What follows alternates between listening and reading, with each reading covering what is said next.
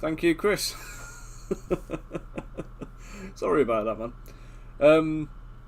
Thanks for the early heads up. The last time I did this, I forgot to put the microphone on, and it was about 9 or 10 minutes into the stream before anybody piped up and said that the mic weren't working. Okay, so welcome to the stream again. Thank you for joining me this morning. Today I'm carrying on with the sculpts I was working on yesterday. Good man. Thank you, Chris. So what you can see on the screen at the moment, this is the leader for the Knights of the Shield. So if you don't know who the Knights of the Shield are, they crop up in the Descent into Avernus campaign for Dungeons and Dragons. They are also probably a random encounter you can throw into any of your games.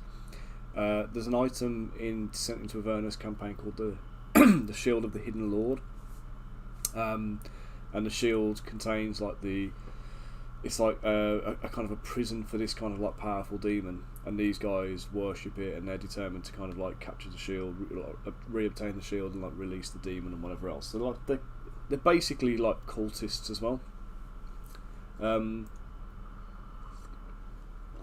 Because frankly, everything in the Descent into Avernus campaign seems to be cultists. I feel like I've done nothing but cultists for the last year. But that aside, the encounter in the D&D book in Descent into Avernus, the characters are named, and they've got kind of like Middle Eastern sounding names. So I thought while I was designing these characters, I would go for a kind of a Saracen vibe, rather than just making them generic like knights or brigands or whatever else. So hence we've got like the helmet, we've got the pointy shoes and things, and the big scimitars. So I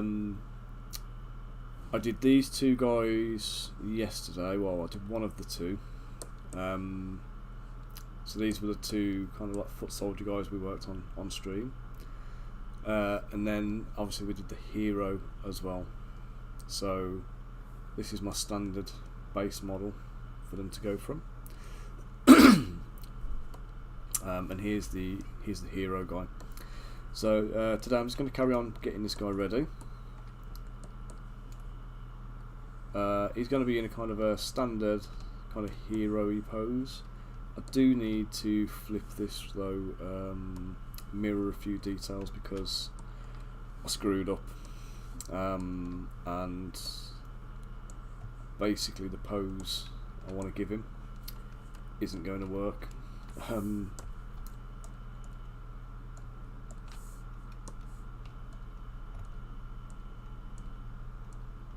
With what I've sculpted, without me having to re-sculpt all of that kind of shoulder shawl thing. So I'm just going to mirror that and flip that to the other side. And then let's just reposition his head a bit because it feels off balance, off centre. And I'm just going to adjust this chainmail down a touch as well. So I'm just going to use my nudge brush, my movement brush. I'm just going to try and do this evenly throughout the whole thing as well, so I'm not kind of stretching any one part of it.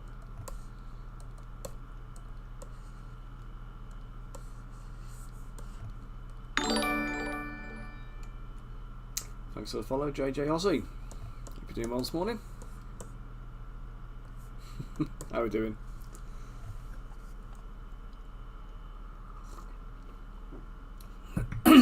First time here today? Or have you been lurking before?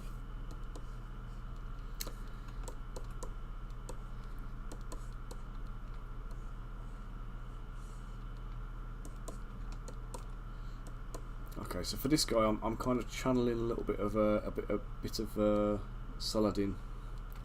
So I might even change the shape of his sword a little bit. So well, I'm good. I'm tired. I've got 2 kids, so that's standard, isn't it? So, thank you for joining. So yeah, I'll just quickly explain again. So today's sculpt is a continuation of what I did yesterday on stream. So yesterday's stream, I was sculpting these Knights of the Shield for the Descent into Avernus campaign. They've got Middle Eastern names in the campaign, so when they're actually named and and appear. Like yeah, the names. There's no kind of like visuals or anything like. There's no pictures, but the names sounded Middle Eastern. So rather than just doing another set of knights or another set of brigands or something else, I thought I'd give them a Saracen kind of look. So we've got the big scimitars, we've got the pointed hats. Some of the other guys have got like turbans as well, little bucklers and the pointy boots and things. So we've got a few kind of like Saracen vibes going on. So this guy here is the leader.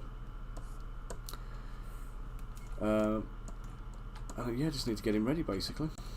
Get him, pushing him across the line, make sure he's ready for printing this month. So I'm just masking off the arms. Just going to position my widget. It's not called a widget, it's called a gizmo, but I always end up calling it a widget. So JJ, you a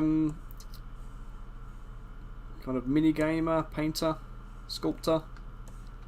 What's your jam?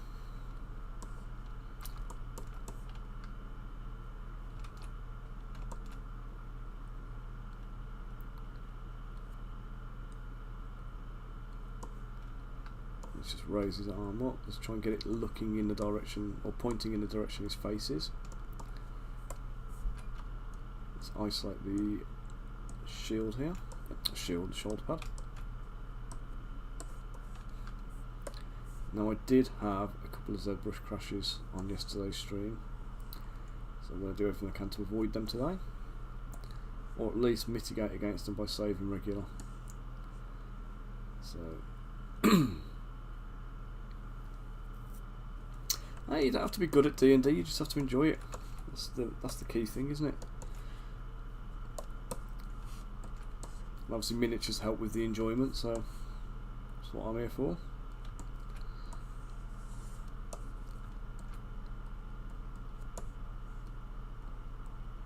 Do you paint much then, or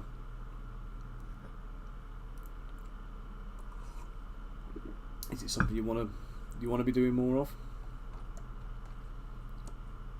Hobby goals and all that.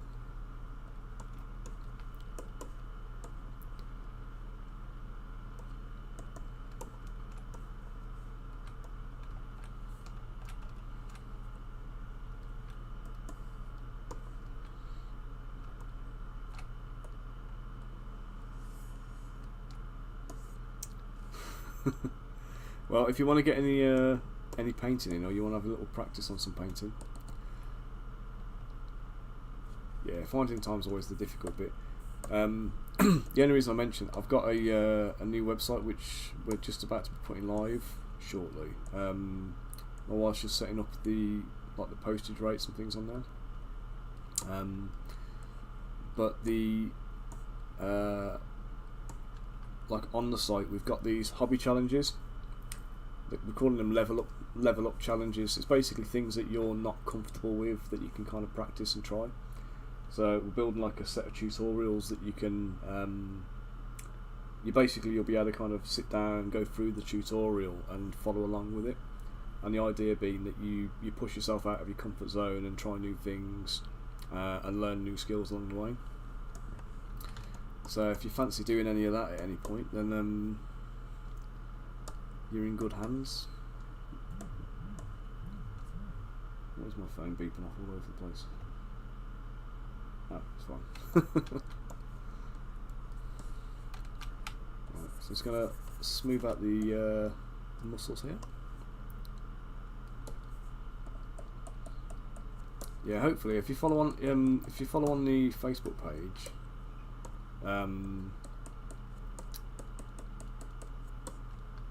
yeah, follow over onto the Facebook page, and there'll be a big announcement about it,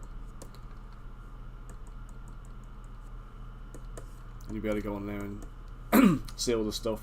If you do any 3D printing, there'll be some free files on the site as well. So we'll have a few models on there as freebies. So yeah, you just be able to go on there and grab a few bits to keep you ticking over. And these guys will be on the site once they're done as well. balls, I've just moved the critical fail. There we go. Oh, actually, do you know what? I've just thought I need to get rid of the hand anyway. Let's delete the hands. I've got hands somewhere else I need to be bringing in. Where are they?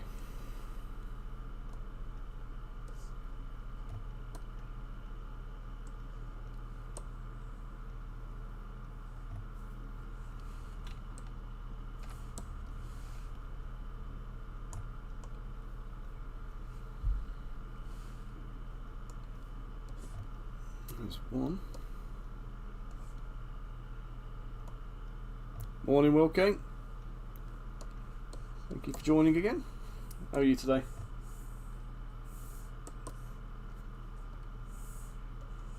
I'm still never sure what time it is for you, you know. Middle of the night, isn't it? You shouldn't be going to bed. It's about that time.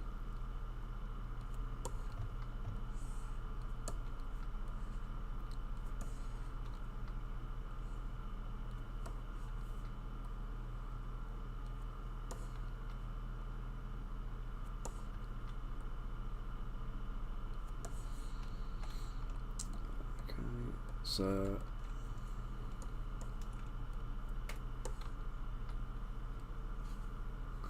oh god, 5 AM and you're finishing. You're in a different time zone, all of your own, aren't you there, mate?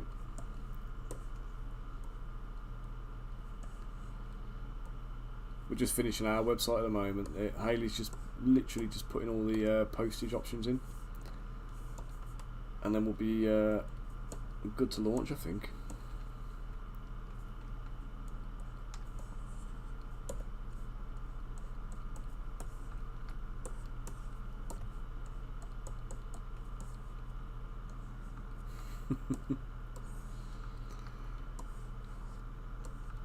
I know you said before it's easier, isn't it? Because you've got no bandwidth issues or, you know, congestion issues with the web servers and stuff.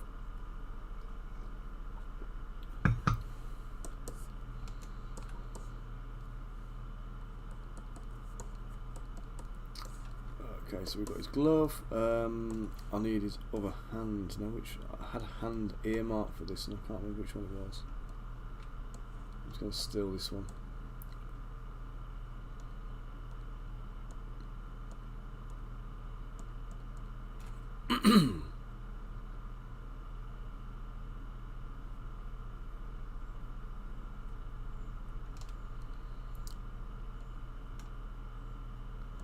So I'm absolutely terrible, and I shouldn't even tell you this because you'll scream at me. But over the last couple of years, every single time I've made a change to my website, I've done it on the live website. I've not used like a dev site or anything like that to practice on. So they've all been like live changes. Turds, come on.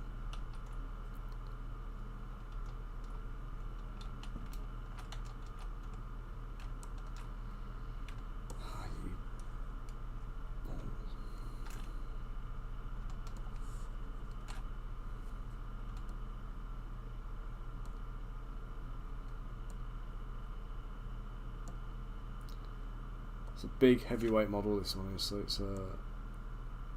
it's taking a toll.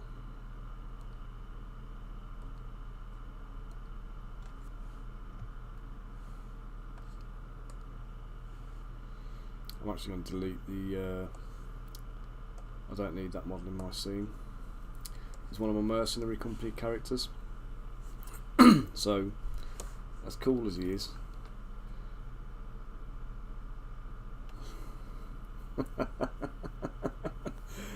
oh mate, I've messed up plenty, trust me.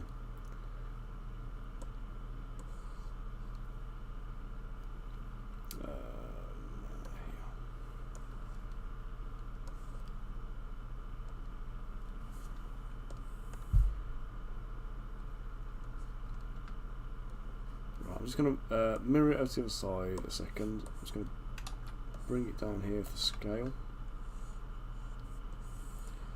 And all I'm checking here, I want to make sure the hands are both about the same size.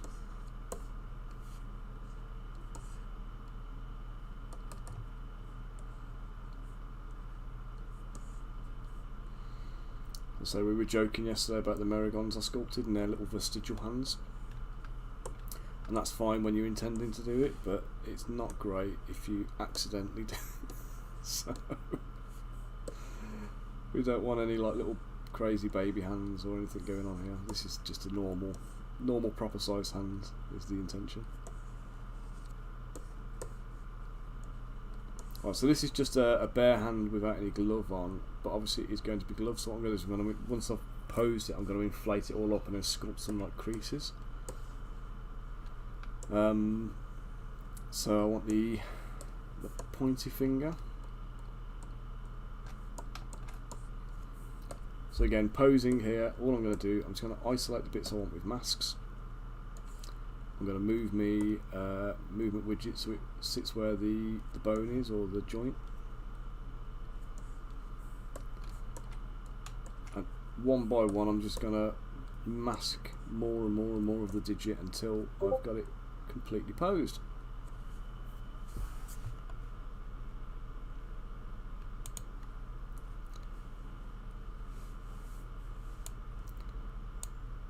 Message for Wilkie on the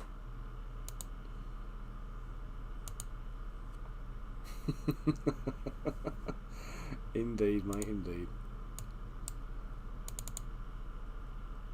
I'm just going to put that down here because it made me laugh. What's that? That was the Adam Sandler film, wasn't it? Was it Mr. Deeds?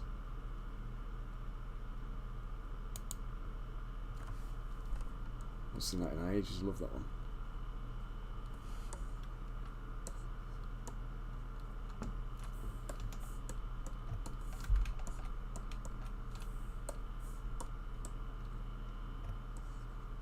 Was that the Blackfoot?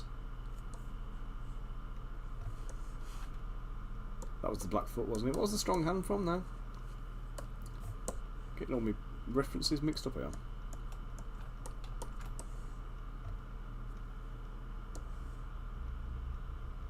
Ah, scary movie. Yeah, there's that when they started doing like more and more and more of them, didn't they?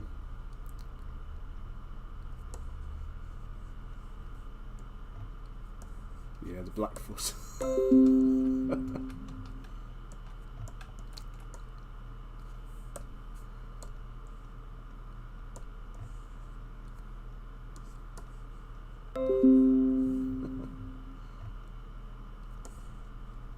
Okay, let's just make sure.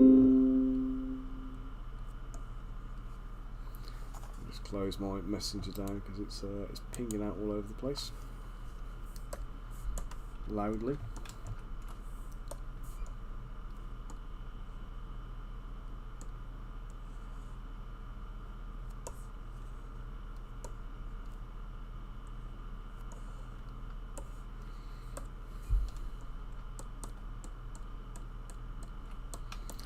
Posing is such an absolute faff.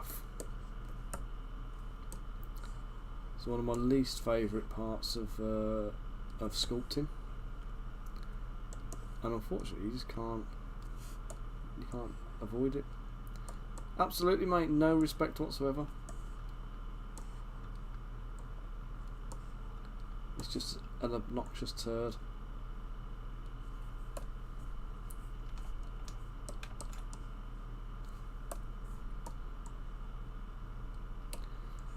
Unfortunately, in this day and age, it's kind of verging on essential, isn't it, now, as a communications tool?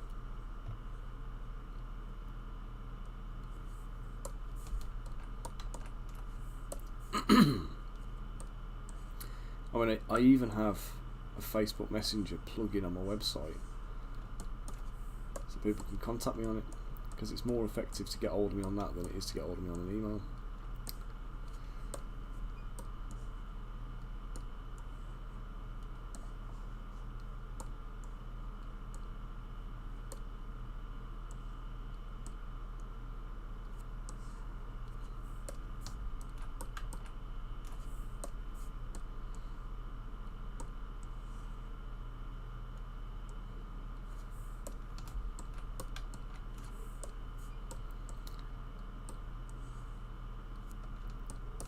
I was preparing today, by the way, to do another one of those ASMR streams with the heavy rainfall in the background. Because, I mean, literally up until about half an hour ago, like the heavens were just like emptying their guts all over the place, and it was like the rain out here was absolutely torrential. I've got my raincoat on the back of my chair there just in case for later when it starts hammering again.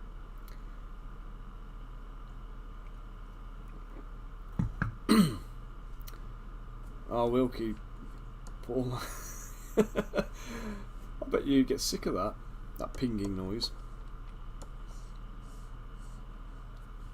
Can't think of anything worse than having to like deal with that all day. I'd end up muting it all and missing the all the important stuff though. Well, it's going to inflate the hand now.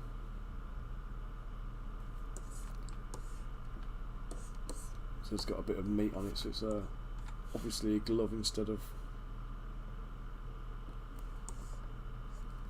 just a hand. And I just need to dynamesh it. So let's bump the resolution up to about 1000. Put a polish on.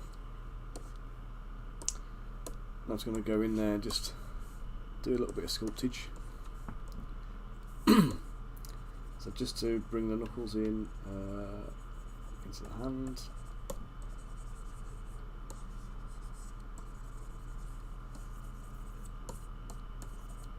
I'm just going to sculpt the indication of a few like creases and folds with the orb cracks brush. So smallish intensity. Let's let that water save go through.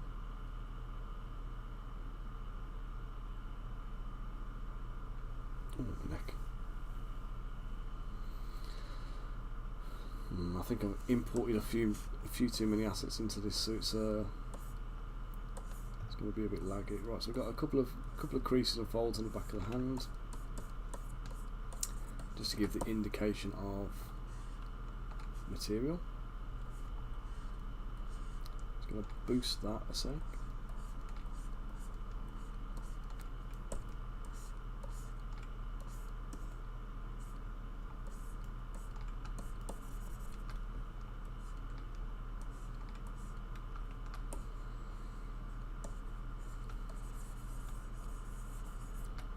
Some smoothing over to get rid of some of this faceting you can see on the surface.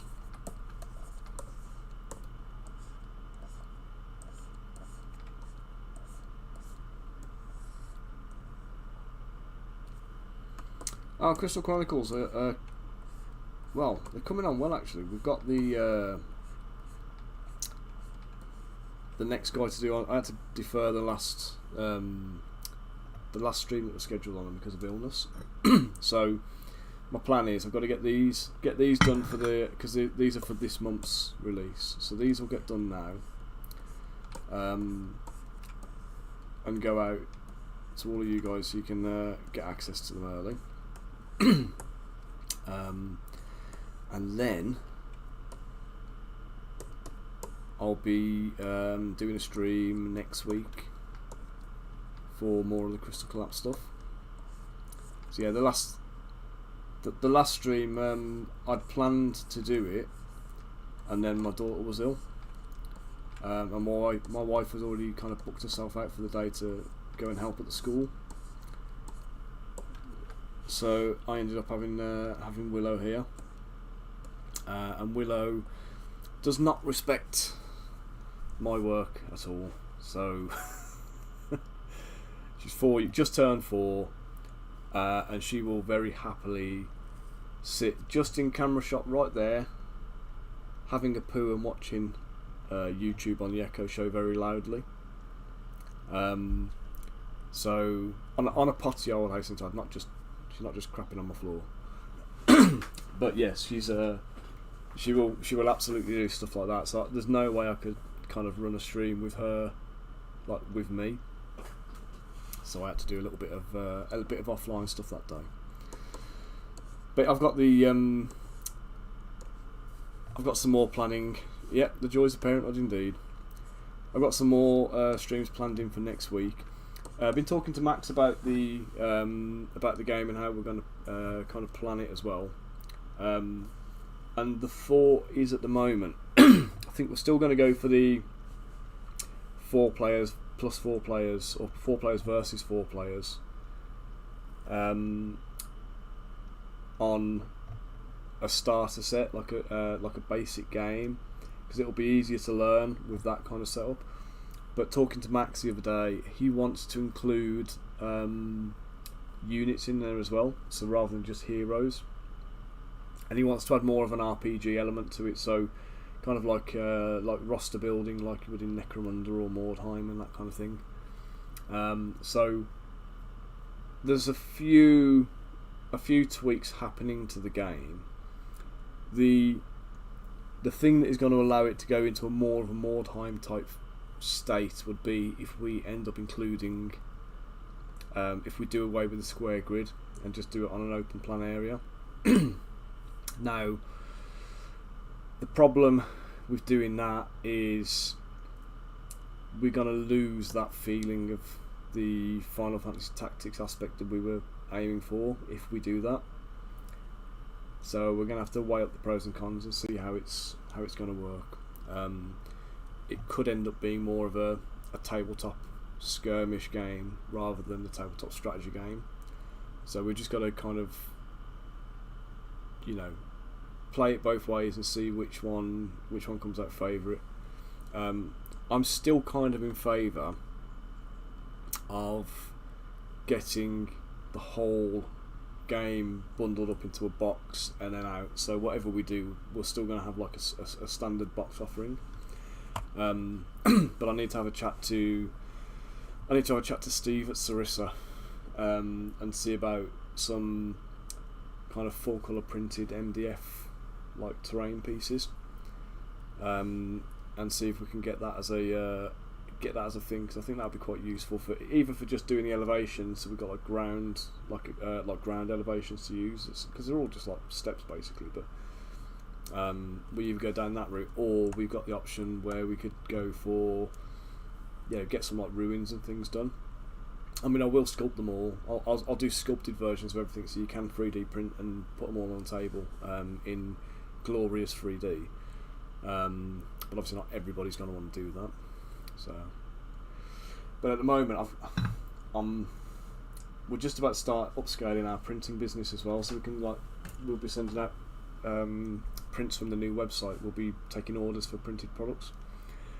At the moment, we only really print for like trade shows, so we're looking at that. So I'm having to think about upscaling the printing as well. So I've got two 4K printers at the moment: the Sonic Mini 4K and an Epax X1 4K.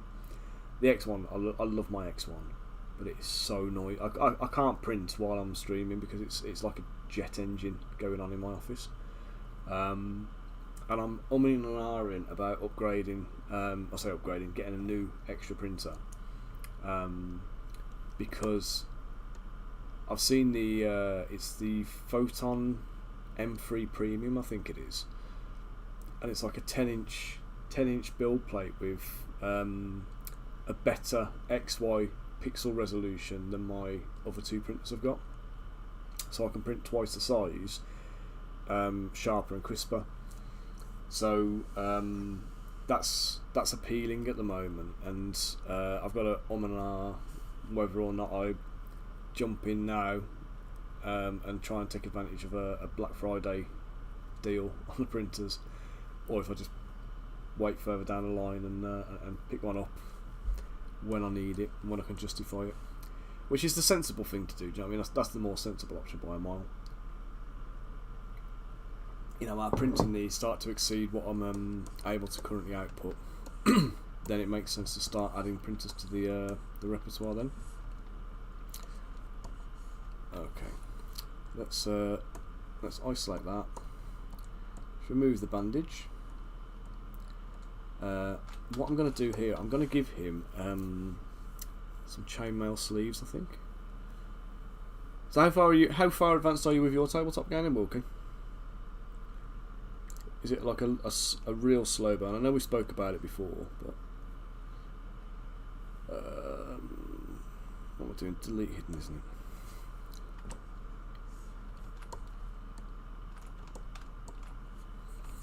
just going to save this quickly.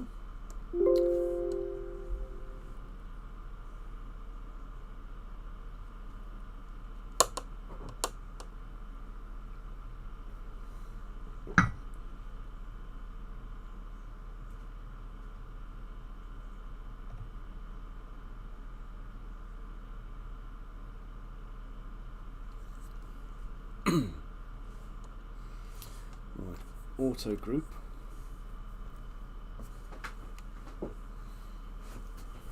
Looks funny with his little sparrow legs, doesn't he? Without his trousers there.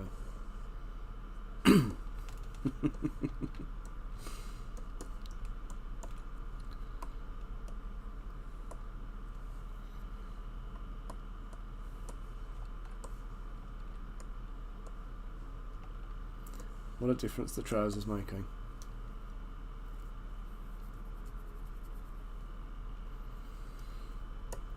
So you're planning commercial for your game then, like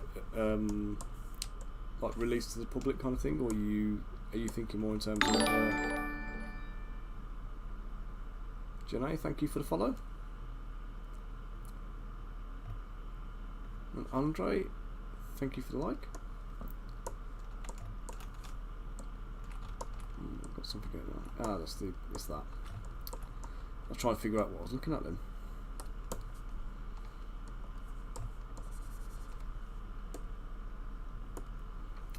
Isolate this a little bit and just, in fact, you know what, I don't even need all of this, do I? This is just occupying space that I don't need to take up.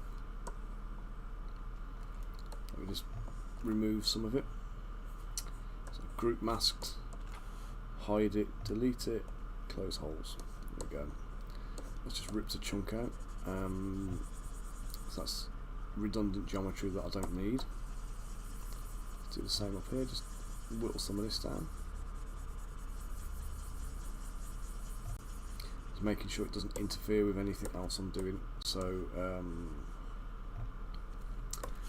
here I'm just going to bring it in a touch so it can close up that gap. And then the back here I'm going to have to do some inflating, I think, because I need that gap between the arm and the body to close. So in fact I can do that with the, let's just do that with the clothes. Let's just bring that in here. There we go.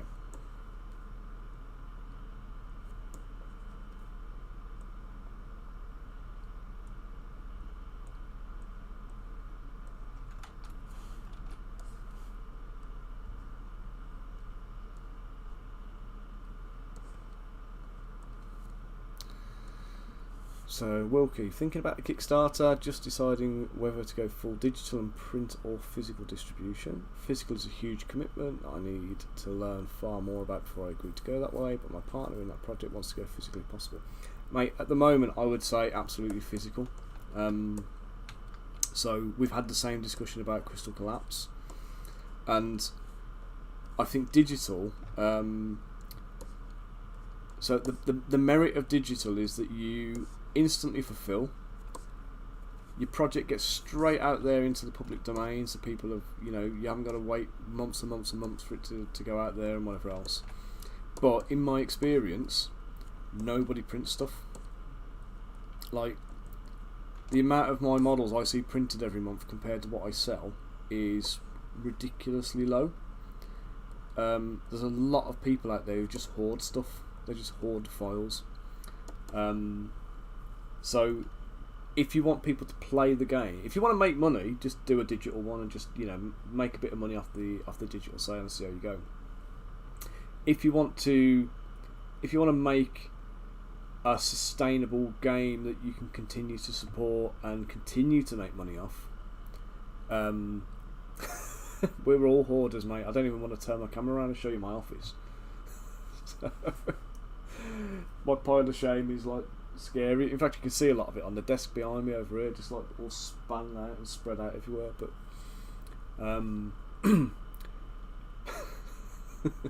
but yeah, so if you want people to actually play the game, you need to put it in front of them in a physical way.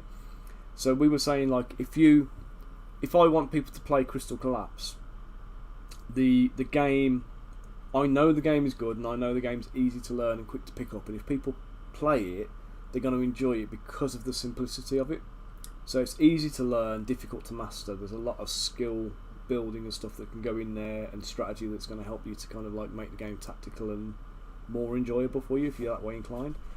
The problem comes in that because everything is made digitally, we can in theory offer you a digital copy of the game, but then it's all down to you to print out full colour game boards, make your terrain or print your terrain, print your models, get your dice, get the cards, all of the things like that. You've got to kind of acquire all those things yourself or print them and make them.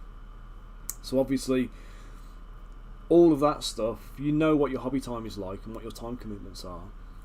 Can you honestly factor that into, you know, your daily commitments before you even play this game? And I think a lot of people, they won't do it. Whether they want to or not is a different matter. Whether they actually will do it is kind of, you know, the chances are slim.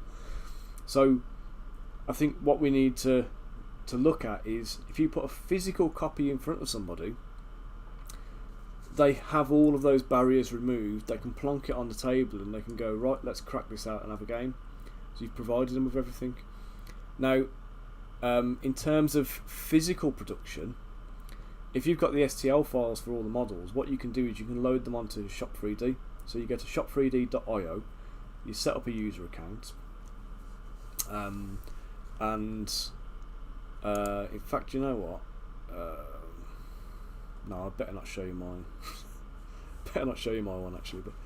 But you go onto the site anyway. You set up an account. It's free to set up, and you load your STL files in there, name them, put descriptions and things like that, and then you pick the material you're making it out of. So most of the time, for everything I do, I just use grey resin. And it gives you an instant price, and the price is calculated based on the volume of the model and the bounding box it lives in. So you can have two models that are the same but drastically different poses. So one's quite static, you know, standing guard with a spear or something like that, and then the other one is kind of like lunging forward with a cape flowing behind and whatever. The one with the lunging forward is going to cost a lot more because it's taking up more space on the build plate, even though it's physically the same volume. So there are aspects, but you're probably talking, I want to say around about £2.50 to £3 average for a production model. But if you're doing a Kickstarter and you've got large quantities, they'll do bespoke pricing for you. So you can, you know, if you do it as a Kickstarter and you sell 1,000 copies and you want them to fulfill, you're not going to be paying £3 a model. You'll pay a better rate for the whole project. But the good thing with those guys, what they do is if you've got packaging you want to use, you can load the packaging in and they'll package it in blister packs and whatever, or they'll do boxes, and you can provide them with your own custom packaging and have that sent out. And then anytime anybody orders from you, what happens is you load the products onto their site. The products go into their back end, and from there you can publish them to your own site with an API link. So if you've got a Shopify store, or you've got a WooCommerce store, or an Etsy store, or whatever else, you can publish straight to there. Then when anybody orders those products from your site, they basically offer a drop shipping service. So they collect the orders automatically, they print and fulfill the orders, and they just charge you the manufacturing cost and the shipping fees. So they completely automate the service. So if you're running this as a sideline, it's hands off for you, so there's a huge bonus to doing it. Injection molded is good, but you really need quantity to justify that. So you've got to be talking like, you know, 10,000 units to justify the cost of injection molding. Because typically we're talking, I think it was about, if you go to China, you're talking about £800 to £1,000 for the moulding of a model, for a figure. If you go to for like a frame, a model, if you go to it's shop3d.io. So they're now part of my mini factory. They're based in London, but they offer a really good service. The prints are They're all DLP, super high quality prints. They're absolutely beautiful. They're provided to the customer in ready to paint condition. Like 90% of everything I've ever had from them, as product samples and whatever else, they literally come up beautifully.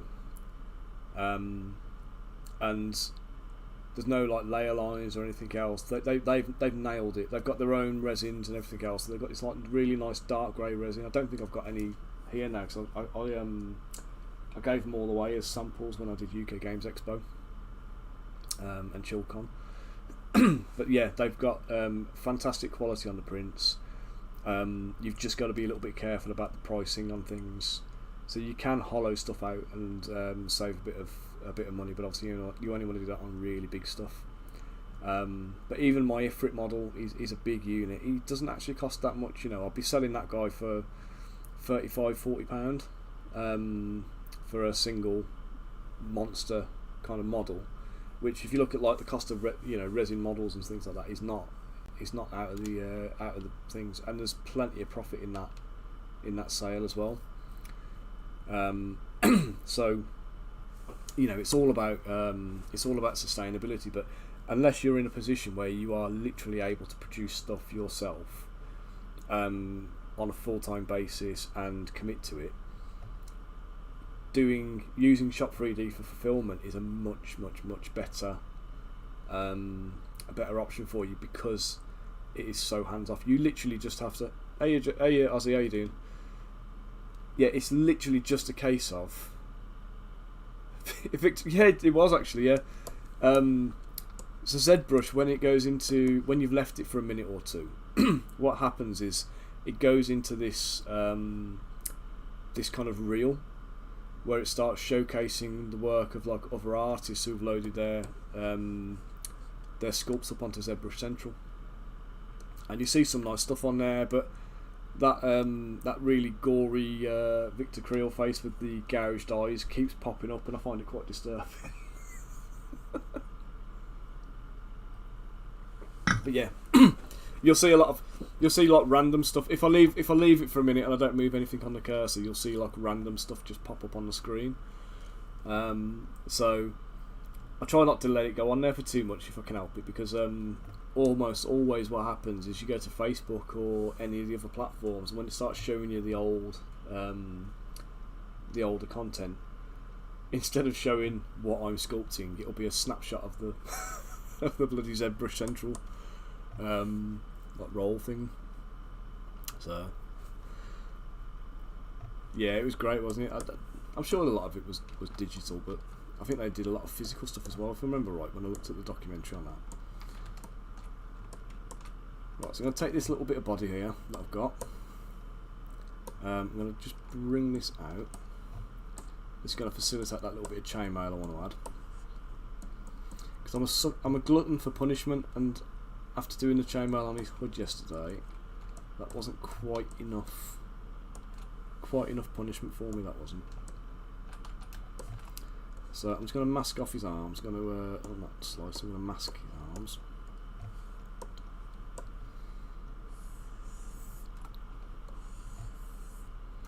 To about there. Extracts. Not that big. That looks bloody ridiculous. There we go. Extracts, accept. As usual, delete all the internal geometry. Delete hidden and closed holes. Back to the arms. Unmask everything. Right. So I'm going to come back to my chainmail now. My chainmail sleeves. Let's give them a little bit of shape.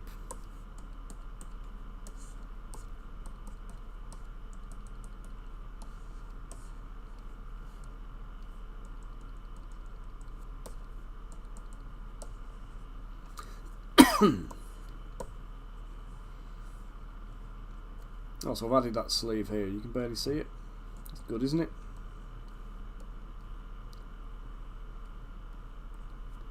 That was some genius work by me, that one was.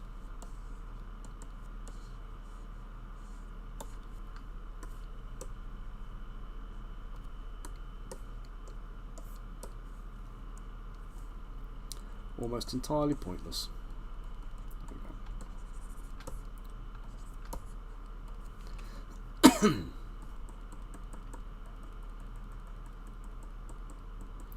But yeah, production is a tricky one, Wilkie. It's a big decision to get right, but it's all about the means you've got. So your choices are basically you either 3D print everything, which personally for me is my preferred option, and only because because I enjoy painting the models. And I want them to be painted ideally. Let's pop this on. Give me eyes a rest a minute. Yeah, because I ideally want to be painting the models. One of the things I don't want to have to faff around and worry about is mould lines. So if you get plastic or metal or resin models that have been cast, you'll get varying degrees of quality depending upon the caster, but the one thing you'll always have is a mould line, and you can't always control where the mould line sits, and then also the casting process, the production process limits the potential for poses. So for this guy as an example, I mean I tend to sculpt so they'd be castable whatever happens. In the head here, this would all have to be filled in, so I'll probably have to extend his beard out to fill this like neck bit here. Down the side of the helmet there, that'll have to be filled. Under here could be a bit of a problem, so I'd probably have to level that flush. Morning, Rich. How are you doing, mate?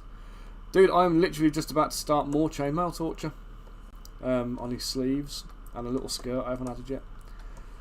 So wish me luck, mate.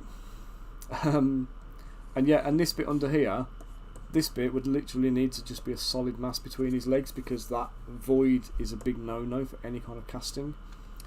So you need to make sure whoever's doing the sculpts for him understands those limitations. You don't want to just go and pick any old random sculptor from the market, because if they've never produced for resin, what you're going to find is you'll produce a sculpt, you'll send it to the caster's going to come back to you with a load of modification requests, and then you're going to be paying the sculptor again to do those changes.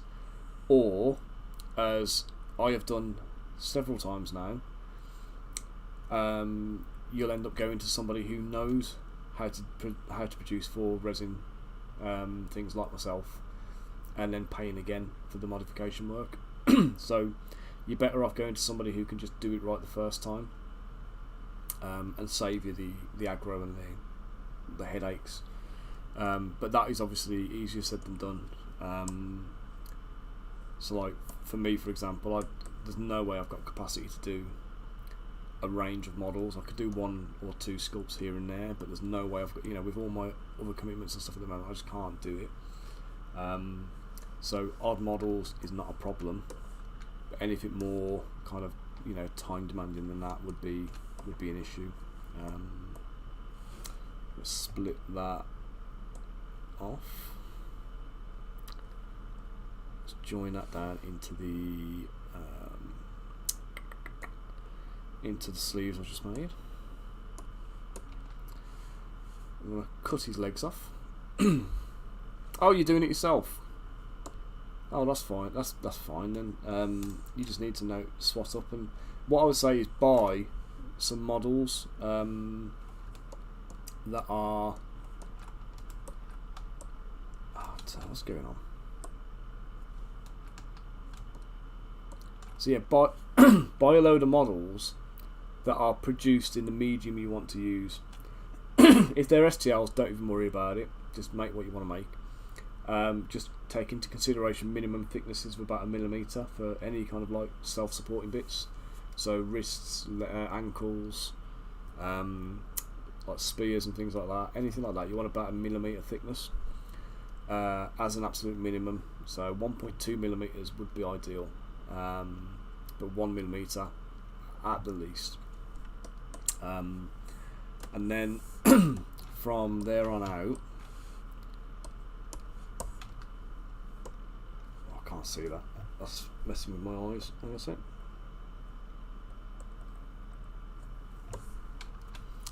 That's better. Let's just give that some resolution so I can sculpt the stuff in it. Let's just pull this.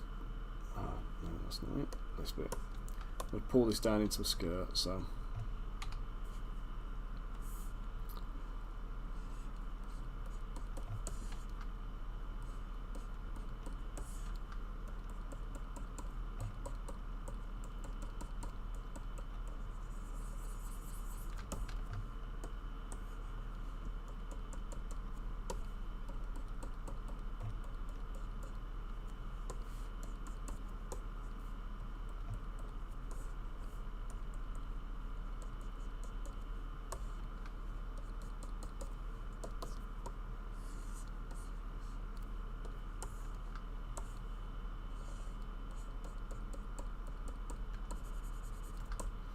Why do I do it to myself, Rich?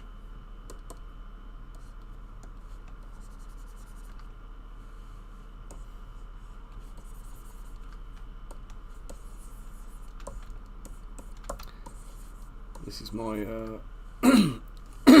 this is what I'm doing as chainmail. Why do I do it?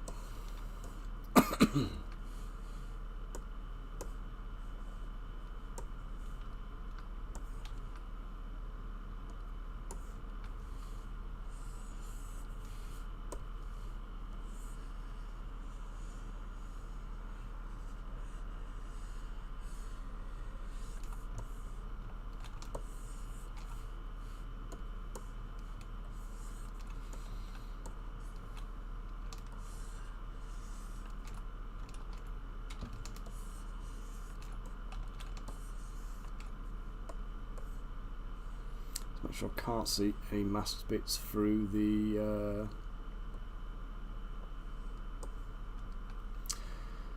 yeah, so the other techniques, they basically involve, so yesterday I sculpted the chainmail on the hood there, and I did it using basically a similar technique to what I would have done doing it in green stuff, with a cocktail stick and just poking in and just creating ridges along one edge. Morning Skyhawk, how are you today? Hope you're keeping well.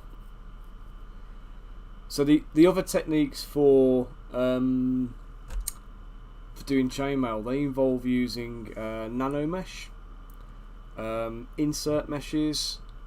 So let's see if I can demonstrate and show you one. What are you up to today, Skyhawk? You chilling? You working? Are you what do you call it? Getting a bit hobbying in? Right, if I go to the brushes here, I've got some. Oh, I'm trying to remember where I've put it now. Oh, I need to go to my custom brushes, that's right. Here, so we've got these armour meshes, right? So, let's say I pick this insert chainmail brush. So, the first option is. Not that. That is certainly not right. Ah, very nice.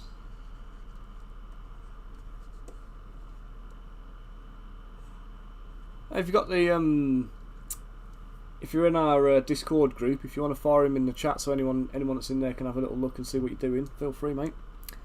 Right, so that's one way of doing them, of making chainmail. So we use the insert mesh like that, and it drags a thing around. Now, there's lots and lots and lots and lots and lots of problems with doing this. So, on a render, it looks fine, it looks more believable.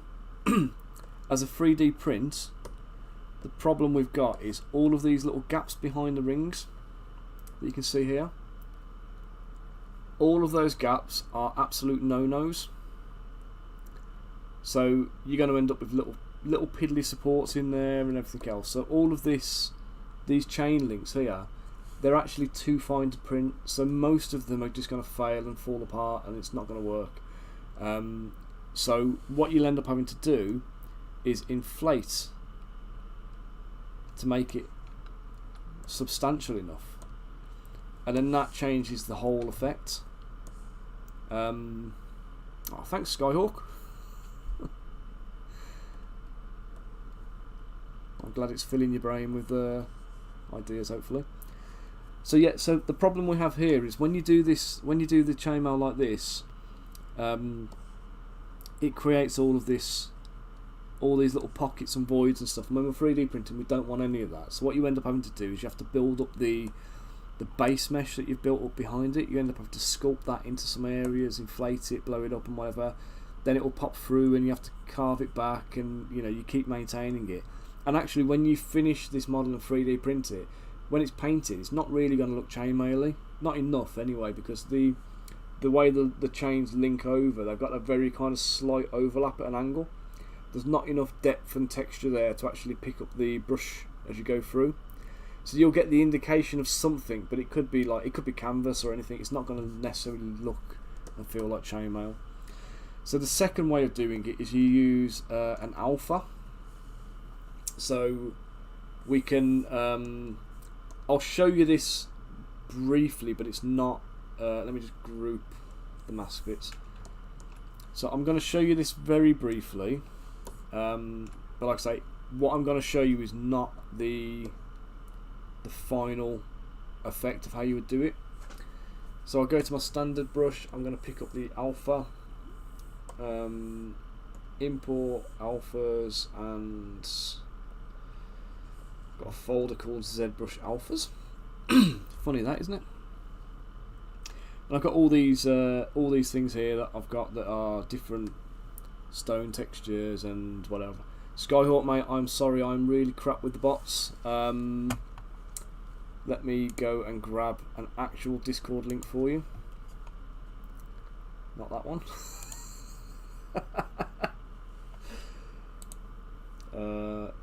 Invite people. I will have it set up, but at the moment I'm not that organised, and I haven't quite cracked the bots yet. There you go. Anybody wants to join onto the Discord channel, you can use that link. That'll get you in, and we've got in here, we've got suggestions for forget suggestions for polls, sorry. We've got printing chat, so if you've got anything 3D printed wise, you can sling it into there. We've got a little bit of miniature design discussion, so if you want to contribute and give us some ideas for designs that you'd like to have made, pop them into there. And then we've got a share your Instagram page, a bit of self promotion. So if you want to throw anything in there ever, new releases, any kind of live streams you do or anything like that, then ping in. And yeah, just use the pages, do what you want in there, really, within reason. Okay, so back to chainmail. So say I pick one of these chainmail meshes. So let's go for this one. I'm going to open that, and that will go in as an alpha. So basically, in the alpha, anything that is white is going to come up as a raised surface. So the more white it is, the more the brush is going to kind of like the brush stroke will cause an impact. So the greater the depth will be, and the black areas are no effect whatsoever. So it's just literally it's like an alpha mask in Photoshop or whatever else. So when I draw this out, I'm going to change it to a different stroke pattern. So I'm going to use drag rectangle. So you can, oh god, I need to turn off dynamic tessellation. So I'm going to boost up the intensity so it actually shows through. But what you end up with is like this kind of thing. Now the problem is, I'm going to end up having to do, like, if I use this method, I have to do it like this, and it doesn't. So it deforms based on the angle you're brushing on. So as you go around a curved surface, you get this kind of stuff going on where you get this weird stretching as the alpha kind of stretches around the surface. If you do it on just a flat piece from straight on, then the effect is much better. Yeah. But you have to kind of keep the scale consistent. You have to make sure you're in the right place for it. There's a lot of faffing around, and it's hard to get right and make it look good. Oh, this is far more effort to to get a good effect on than what I did yesterday. And then the final version, the final issue is you have to do UV map.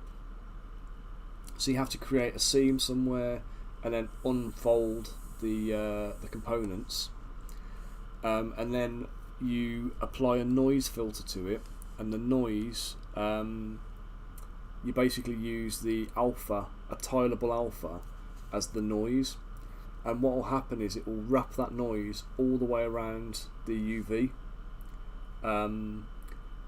but it all depends upon the shape and the structure of your UV unwrap, and you can end up with some really horrible and weird issues. You can have the chainmail change directions, and then you're always going to end up with a weird seam at the back, because there's no way your chainmail is going to kind of come straight in. So something like this, where I've sculpted like with the arm up, what's going to happen here is the seam's going to go this way.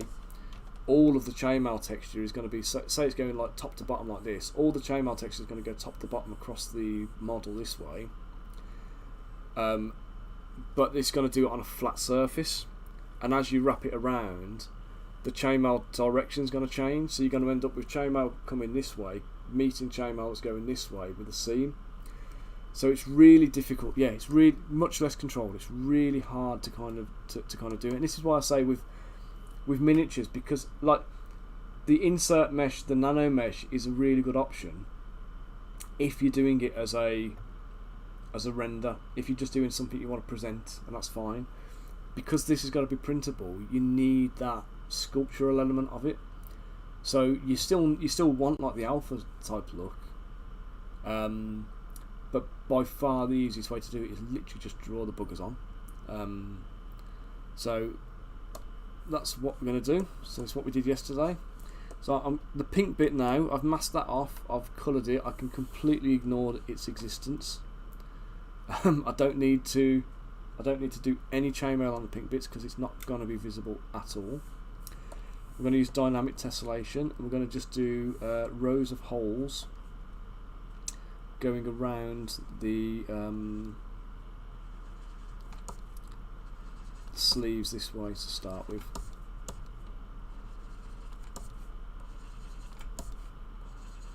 The holes don't have to be tiny, they don't want to be too big. Obviously the bigger you make them, the more difficult, well, so more difficult, the less like fine chainmail it's going to look.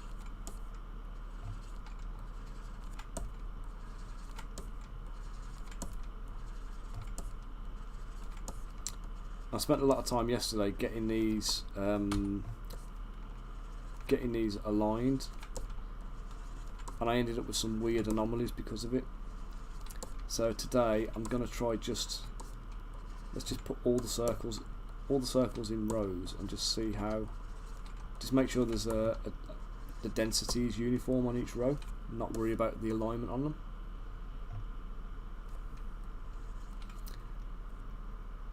No, what happened there, mate? Not seen that one. Is that a YouTube vid? I tell you, I saw an interesting one. I can't remember if it's Shadiversity again or if it was somebody else, but they did it was paper armour that they used to use in like ancient China, and it protected better than chainmail. Honestly, it was amazing stuff. It was just like big thick wads of paper, kind of made into like scale mail almost. You know, like little, like splint mail, but with paper wads. You'd never have thought it would work, but it does.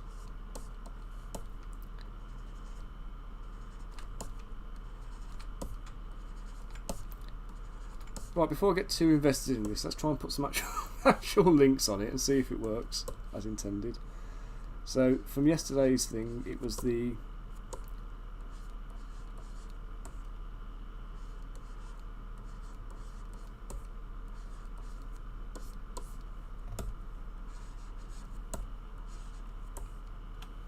let me just double check the helmet. So yeah, every link has got this. And what I can do is I'm going to just reinforce it over one side so there'll be an overlap which is consistent. Nice. Who won? Who won, the arrows or the armour?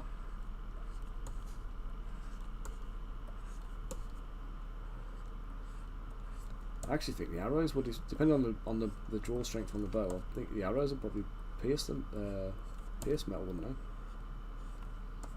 But I suppose it also depends on whether the plate mail is like proper, let's say, structural for battle and stuff, or if it's yeah, go for it, man. Post it in Discord. We'll have a view later.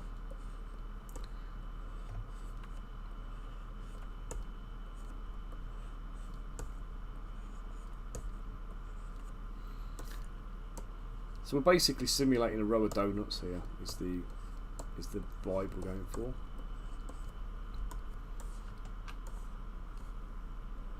I'm doing it again. I'm sculpting more than I need to. What am I doing?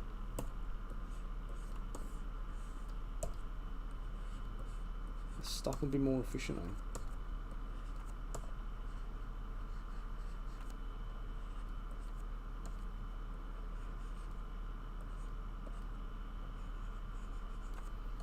So once I've done all of this, I'm going to dynamesh it with a little bit of a polish on, and what that will do is that's going to help me to get a nice smooth look to everything.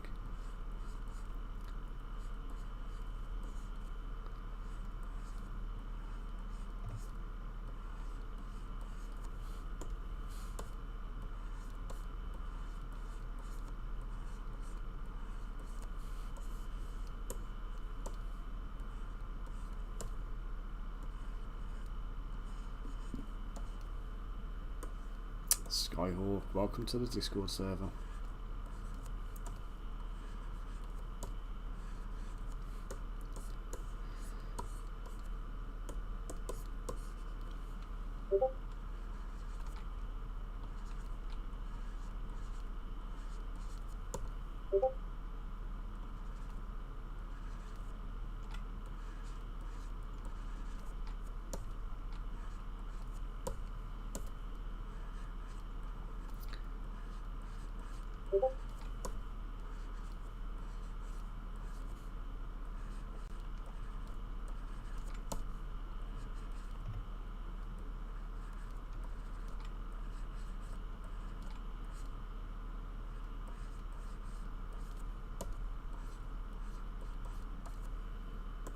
So just give it a bit of body and volume in places.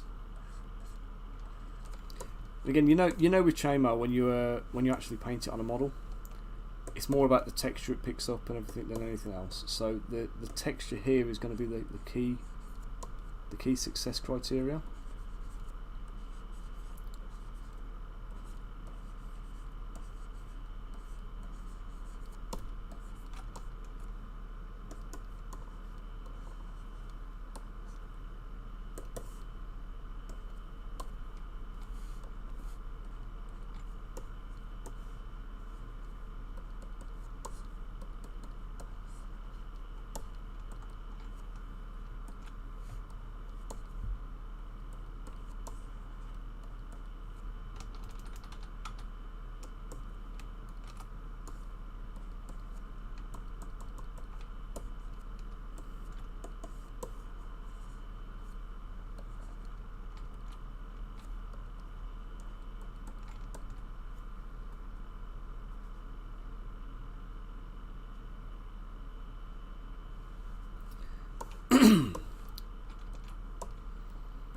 Right, now remember guys, I'm doing these streams for you guys to like get an insight into stuff and learn as well, so do feel free to pick my brains on any questions you got at all.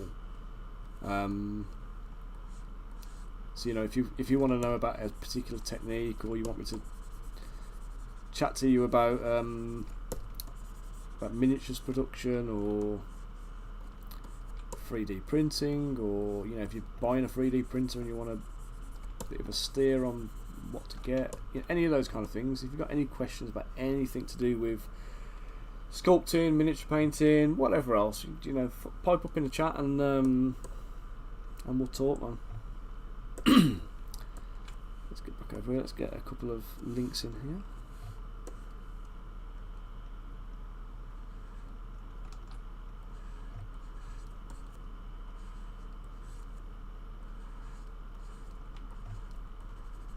So if I don't know the answer to a question, I'll be honest with you, but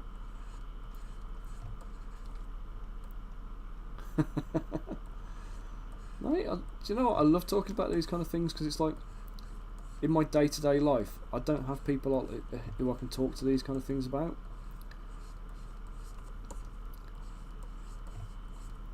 Like, my usual group of friends is a police officer, a car salesman. Well, he's not a car salesman. That's doing him a disservice, to be fair. He's a trainer now, but ex-car salesman and a pensions advisor. So that's I want a lift engineer. Do you know what I mean? So like the lift engineer, to be fair, does play D&D, so he's quite good for the chats. You turbag. I'm gonna save this before it dies on me because it's being an arse, and that's when it tends to do it. I'm just gonna slice open a coffee pod and get ready to brew up a new one.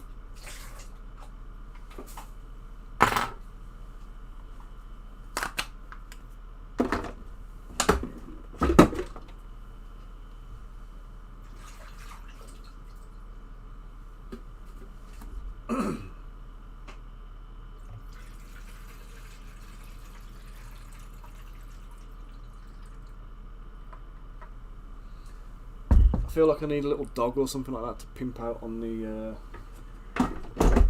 stream to keep all you animal lovers entertained. Oh, right. I'm just going to mute the thing a sec while I just do some more chainmail.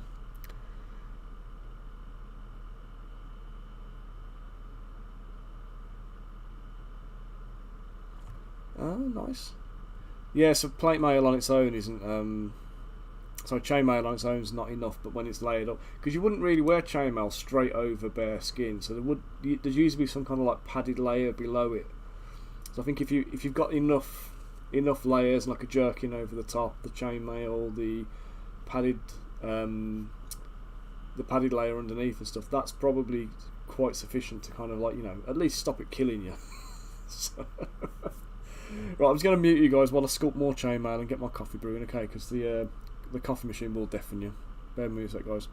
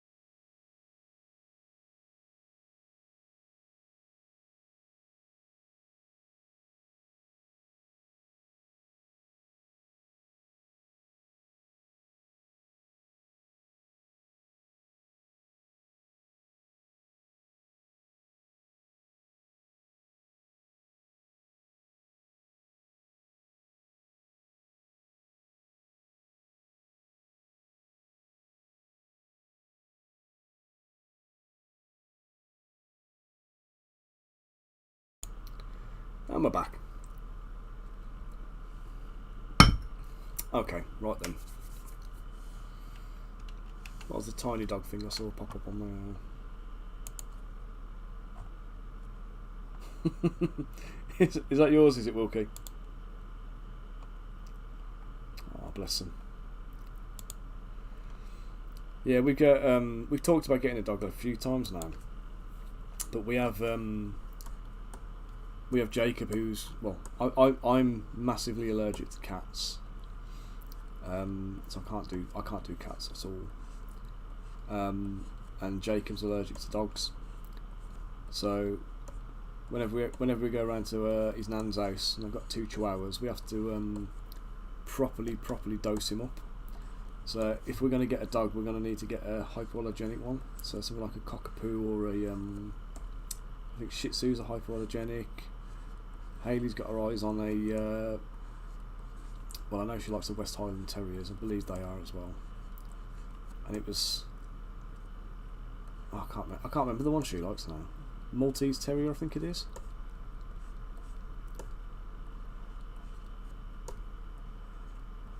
But my sister, her and her chap, they if you're into dogs, go on Instagram and look at it's, I want to say it's God's Bullies 80 something. Is that a cockapoo you've got there, Wilkie? Because I need to do a sculpt of my sister's dogs, because I think they make bloody amazing warhound models. And she's got an enormous following on Instagram as well.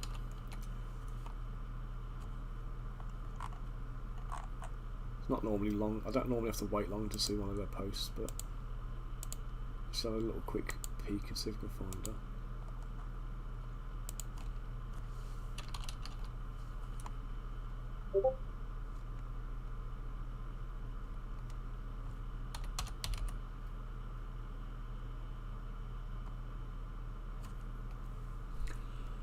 Is it that one?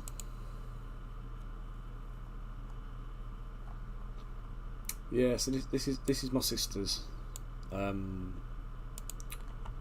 my nephew Frankie. But these are my sister's dogs. So they're massive, great big. We got this one called Rhino, who's just a beast. But they are, I mean, these dogs are enormous things. But I want to sculpt a few of them because they're like, you know, mad warhound type models, aren't they? So that'd be amazing for it. So I'm gonna get photos of all of her dogs and puppies and whatever else, and make them as miniatures, and then we'll sell them on the website, and hopefully the what do you call it? The kind of, I don't think this is their actual Instagram page because these aren't the most recent photos, but.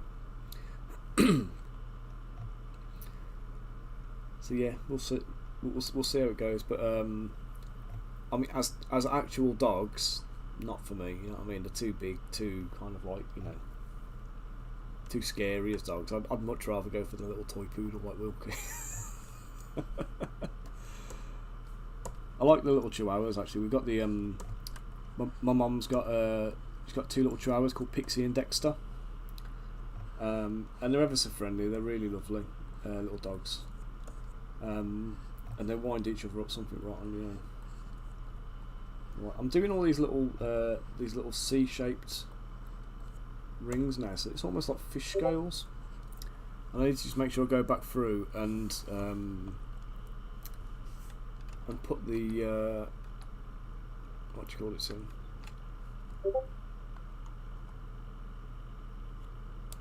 What's that you got there, Rich? Is that a fox? It looks like a deer. It's almost Bambi-like, that one.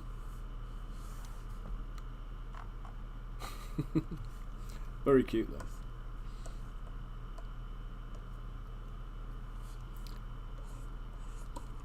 So yes, I'm gonna do all these little let's say the U-shaped, C-shaped scales. I'm just gonna do them like little rings like this. And then I will come back over it afterwards, just cut the little holes in, so there's a bit more of a difference from the.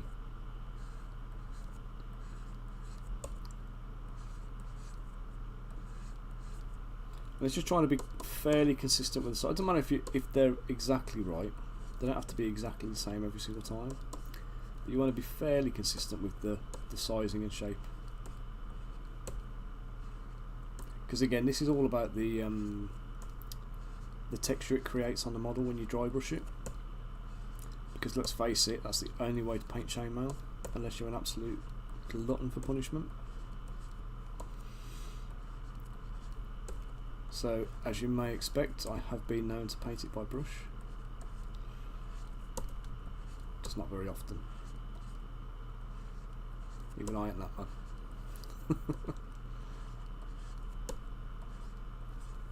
But yeah, if anybody's got any questions, or you want to see a technique executed on a model or whatever else it is, I'm more than happy to talk you through, demo stuff, just chat at you for any amount of time. Just give me a reason, give me a prompt. So as of next month as well, I am starting up on the Patreon a little poll page. I'll do a monthly poll where I want people to be submitting like miniature requests. In fact, we'll do it through the Discord as well, but it's going to be a Patreon benefit. So we'll sign into the Patreon, post the stuff on Discord, and what we'll do is I'll take all the suggestions each month, throw them into a user poll, so you can all make a request for anything you want making, basically. Any models you want me to add to the range, anything you're struggling to get hold of, or you've got a particular idea about how something should look and it doesn't fit the bill. Nothing out there kind of fits the bill. Those kind of things, you can come to me with them. As an example, actually, I think I've got one, and I've got an example of that in this project somewhere, because I actually started and I need to finish this one. I did a bit of work on it yesterday and rage quit because their brush died on me. I think I've got it in this project anyway.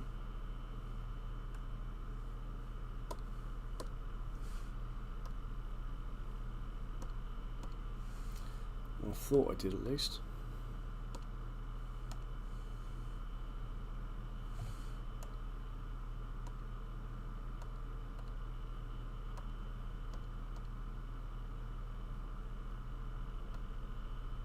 Oh, do you know what? Let me delete these guys, because this is one of the things that's lagging up my thing here. 85 million polys of guards that aren't relevant to this project.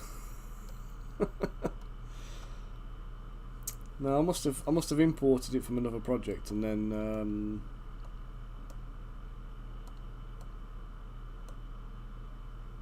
no, tell a lie, sorry, I didn't import it. I was working on a different file, but it was a what's it called now? A Furbolg druid. I started sculpting. It was one that had popped up in a discussion with Mike Moans. He's also doing a Twitch stream. So yeah, like I say, if there's something you're struggling with, or you can't find anything that meets the your kind of vision of what you're expecting, then absolutely drop me a line, let me know, and I'll see if I can help make it happen for you. But obviously we've got to do it on a fair basis, and I've got limited time to work on them, so they'll be part of the Patreon offering, and they'll be released in the month they're sculpted.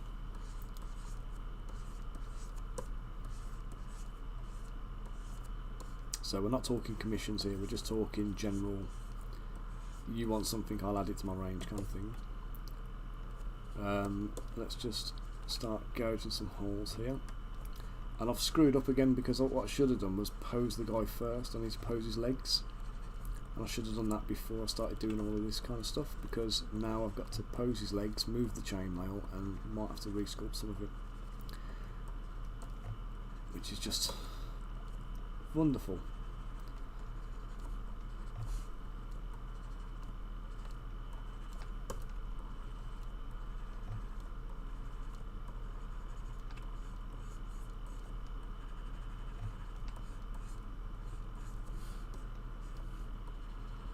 some of these like this where I've got I can't do the hole properly. What I'll do is I'll just re-sculpt the rings around it.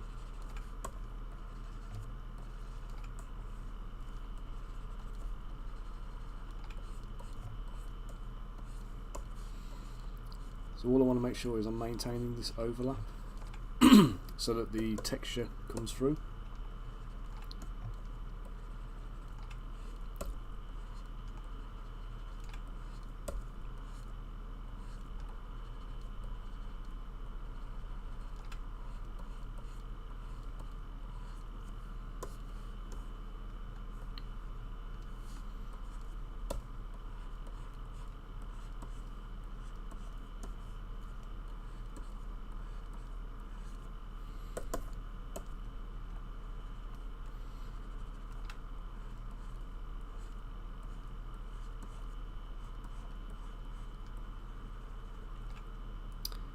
Cheers, Rich. It's more successful doing it on a flatter surface than it is trying to do it on a coif. Coif. It's a weird word, isn't it?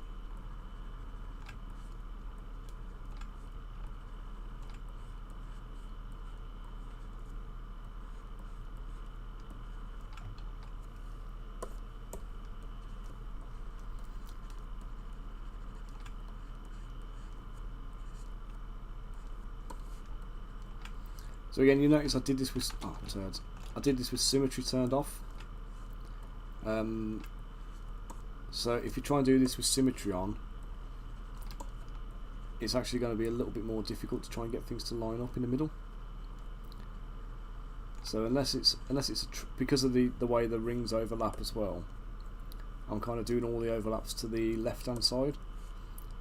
I can keep that consistent when I'm doing it not symmetrically, but as soon as I turn symmetry on, it's going to flip the overlap direction, which means somewhere on the model we're going to have a weird row of rings that isn't going to match up with the rest of the pattern.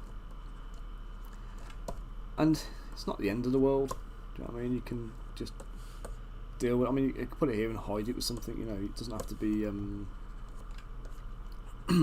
doesn't have to be a drama. But I also don't like working with just symmetry all the time because it just gives everything just too much of a uniform look. And you'll see with my designs as well, a lot of the time you'll see there's an asymmetrical aspect to it. And one of my artist friends, Mr. Dio Mahisa, he's done work for me in the past, and I always labour the necessity for the model to be asymmetrical.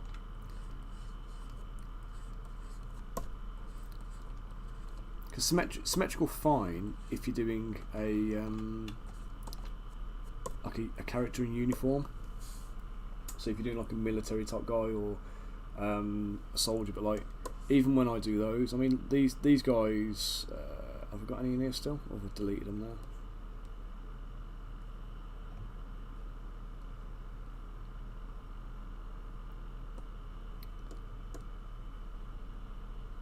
No, I think I've deleted them all now.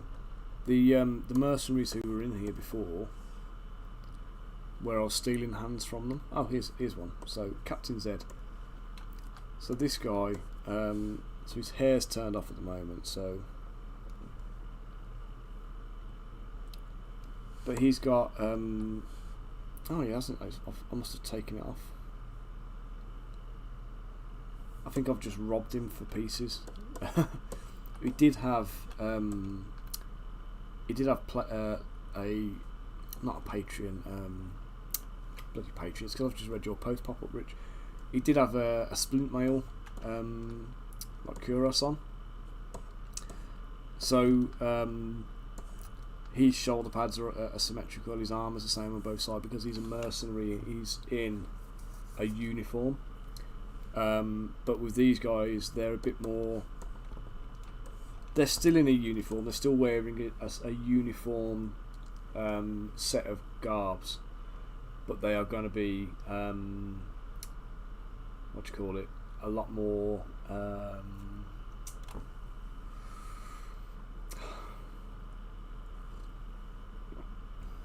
lot more varied from one model to the next. as a group they'll look like they belong together, but individually they'll have their own little visuals, like the turban differences and stuff like that. The shoulder pads on some and not others. This guy's got no knee pads. This guy I'm working on at the moment, he's got 2 spiky knee pads. So we'll have a lot of those kind of things going on. Rich, what we're saying here, mate? Suggestions. Struggling to find a halfling twilight cleric, blood hunter multiclass. No wonder you're struggling with that one, mate. That's a that's a very niche, bespoke one. But pop it into the. Do we have a Discord channel for that already, or?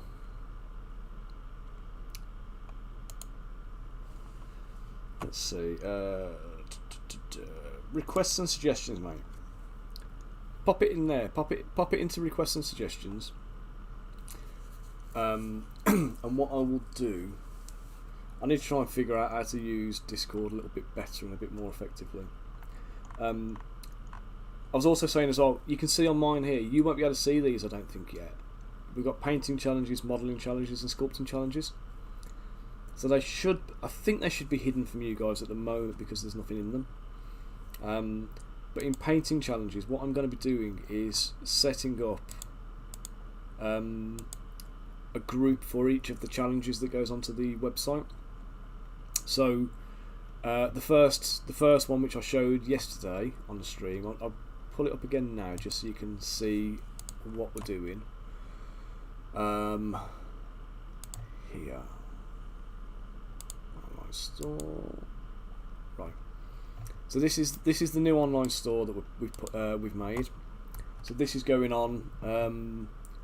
Hayley's just finishing off the last few products and the last bit of shipping and stuff, and then I just need to figure out what I need to do to make it live, because at the moment you go to the lionstower.com and you will see a kind of a store coming soon. Notice you won't see the actual website, so I need to figure out what I need to do to make it go live. So as soon as we get that running, this will go live. I'm going to send out a big mail shot to everybody on my mailing list, put a Facebook update out, we're going to start pushing it. So we've got a 50% discount on STL files until first weekend of December, and we've got a 30% discount off all resin models until the same weekend. So that's going to be our kind of introductory Black Friday sale. Once we've got the site up and running and it's live, that discount, that 50% on STLs and 30% on resin, that will be a permanent fixture for all Patreon subscribers. So I'm not going to apply it to My Mini Factory, so anybody who's on My Mini Factory is going to get My Mini Factory discount of 30% standard on all the My Mini Factory files. On my actual website, I'm supporting this website is being supported with the Patreon, and the Patreon is going to be all the patron subscribers will all get that discount as a code. So where are we at? So we come down to the blog. So we've got the update blog, which will just be kind of like new releases, things I've made. So anything I do on stream, I'll put stream updates on there. We'll have like renders and things of like the new stuff that's coming out, and just, you know, any random kind of blog post I decide I'm going to make will go into there. Level up challenges here is where you'll find like the painting challenges. So if you want to participate in the painting challenges, there's no prize for doing it. It's more of a kind of take part to kind of level up your hobby. So what I've done here in this one, so I've painted these myself. This is all me kind of writing at the moment. So these guys are 5 of my Kingsguard knights with great swords, and my aim on this was to get them tabletop ready. So in this one, the challenge is take 5 models that are from the same squad or unit, so they all have the same visual identity, some kind of uniform or whatever else, and batch paint them. So basically each part of each model, so paint all the blue bits on all of the models, paint all of the white bits on all of the models, paint all the silver bits on all the models, and do each step on each model before you move on to the next step. So if you're only used to painting like one model at a time, we'll have the things here for you. Now in here what I'll do is I will put a link to this product. Now this product, what I'll do, whatever I'm using in the thing, I will heavily discount and put it through here. So STL files I will make, I'll say they'll either be free or they will be much cheaper than you would pay for them in the store, but they'll be the specific set you're seeing used in the tutorial.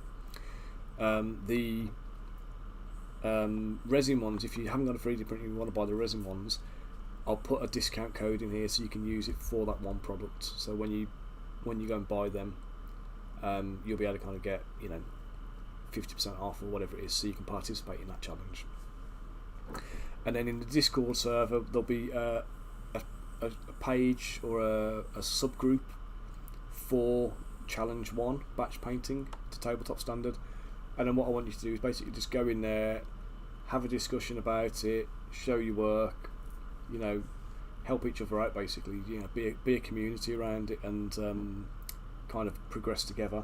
And then any recommendations or suggestions you've got for challenges, I want to hear them as well, because we can just make them happen. I've got a big list of ones I need to work through and do, and there'll be varying degrees of difficulty in there, but the idea being that you will have a go at it, have some resource, get some instruction. It won't be the way of doing it, it'll just be my way of doing it, so you've got something to follow. But like I say, I've been painting models for 34 years now, so I've got my way of doing it, if you like. So yeah, step by step with photographs to illustrate. Ideally I'd like to do a little video as well, but trying to get the videos edited and whatever else is always a bit of a faff. So what I might do is I might do the occasional stream where we'll just pick one of these tutorials and just run through it, do a little bit of batch painting, and then at least that way I'll have a video of the batch painting taking place. And I'll also do like hobby streams. We'll have a little bit of sculpting, a bit of base modelling, a little bit of what do we call it, conversions and stuff like that. We'll include like things like that in there as well, so it basically will just help you all round in your hobby in all aspects really. That's my plan at least. So let's just get these few bits here, because I've just noticed I could see the bottom of the chainmail skirt. I'm not going to put too much texture on here. I'm certainly not going to carve it out, because it's not going to help.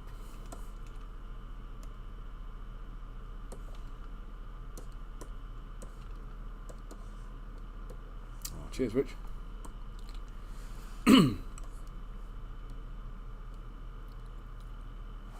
I was there chatting, and I looked up, and the viewer count went down from like 15 to 7, and I'm like, oh god, they're hating this.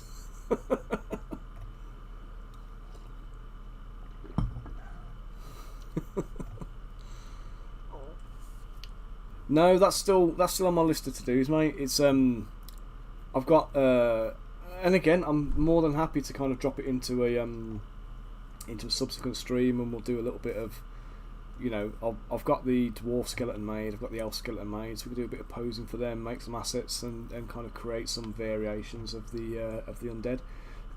But I wanted to run that as like a little Kickstarter project, because obviously we've got quite a big chunk of undead now. I'm missing things like vampires and lich. I want to make God, what's his name now? Akar Kessel from the Legend of Driss books. I want to make him, and as a lich, in lich form. Well, I'll probably do him in human mage form and in lich form, so necromancer and lich. And then the the other one I want to do is I'm going to do Vecna. but not the Stranger Things Vecna. I'm going to do proper Vecna, like my version of him. And then it was, is it Kaz the Bloody Handed is Vector's general? Vecna's general, so Vector? Vecna's general. And then the other vampires I wanted to tackle were the ones from the Castlevania TV series. So you got the group of female vampires, you got Dracula, Alucard, and then a couple of vampire hunters. So I'm going to throw in what's his name, Trevor Belmont and Cypher as a little vampire hunting team, just to top them up. But the problem is, I've got all these ideas, I've got all these, like, you know, things I want to work on. I've got no bloody time to do it.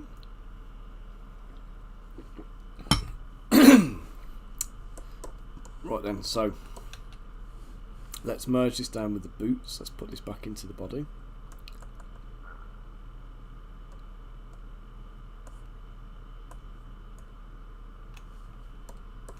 It's a nuisance, isn't it? All these good intentions.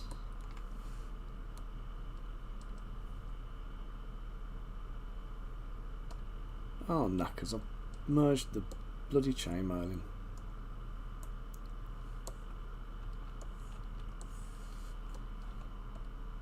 Let's just hide the chainmail, split that off.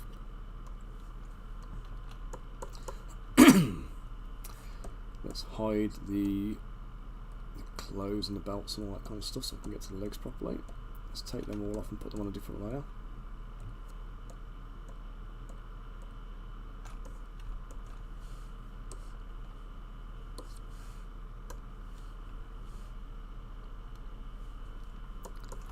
Right, so that's just to take the one leg here. Let's get to the hip joint ish, probably a little bit out there.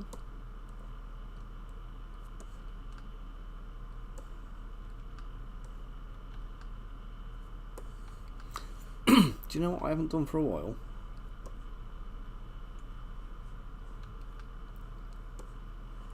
I haven't done a good foot on rock pose, so I'll do one. I was chatting to a mate of mine about foot on rock poses. We were saying like there used to be a running joke that all heroes used to just carry around a hero pose rock in their backpack.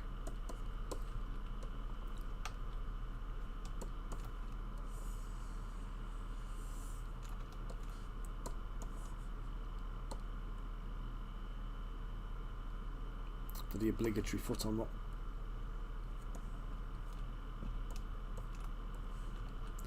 Right, he's not going to need that much. He's not going to need that much. What do you call it?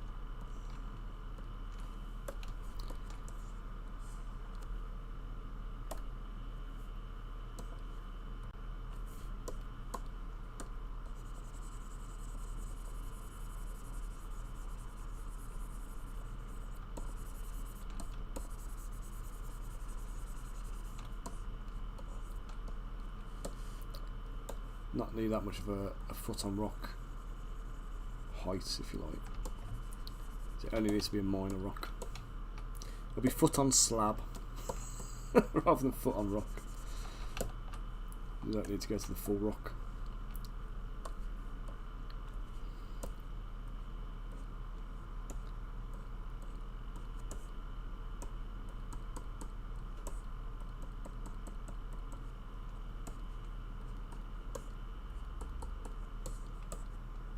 This is where it becomes painfully obvious that I balls this up by doing what I've done with the pose.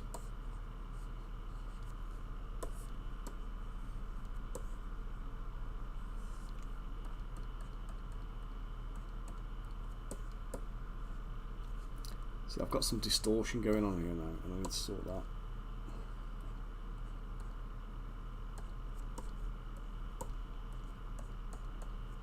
It might be the way I sculpted it, or I could have just flattened the rings out when I was moving it.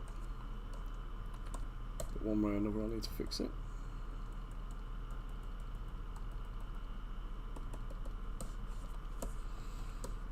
I kind of do. Right, this one here I have greater concerns about. And I may just have to come in and just accept I'm going to have to rework a whole chunk.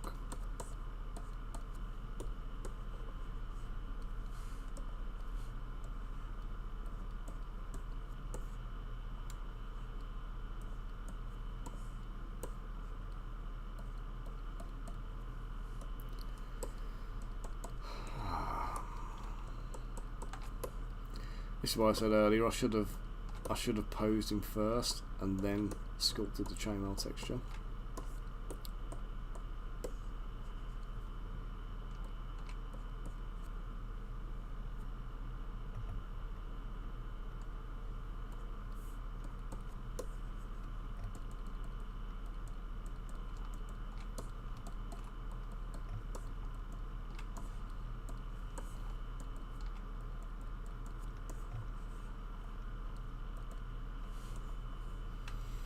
I might get away with some of this because it's behind his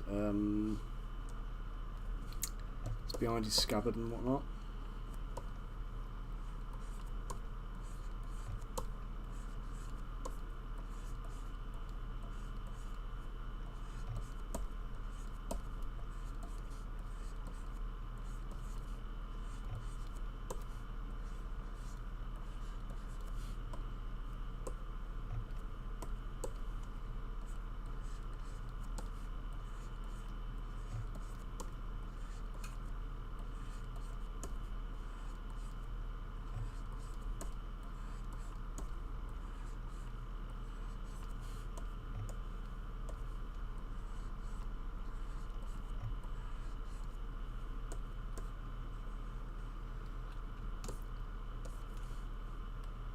Boost this, give it a polish and a dynamesh.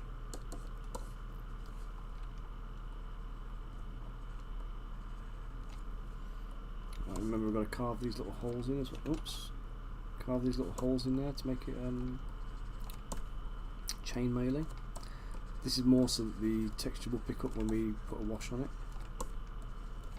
So I want the recesses to be deep enough to capture some of that non-oil or contrast black Templar or any of your oil washes and whatever you're going to be using.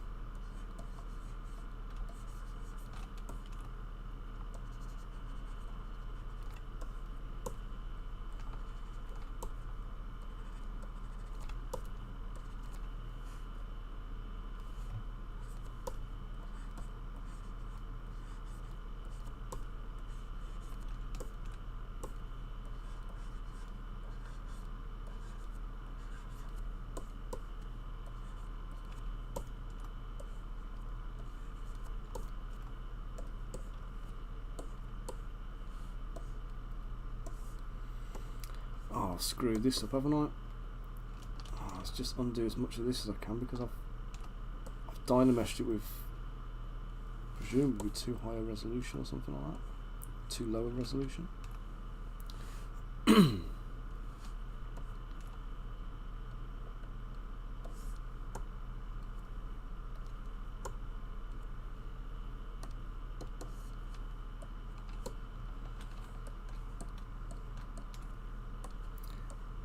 Bring this out here.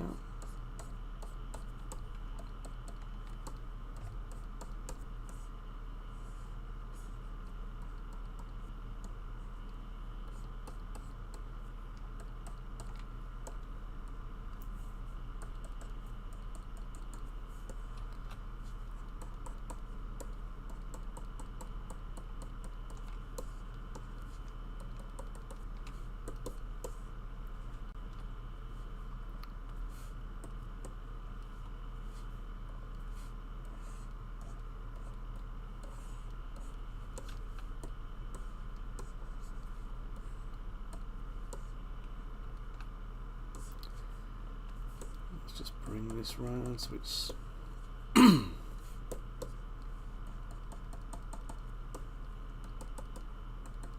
oh, I just thought I was going to give him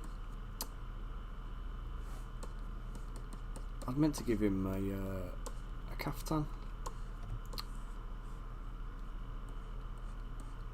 but I forgot.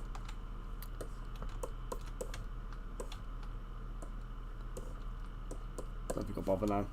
I'll just leave it. I'll leave him as he is.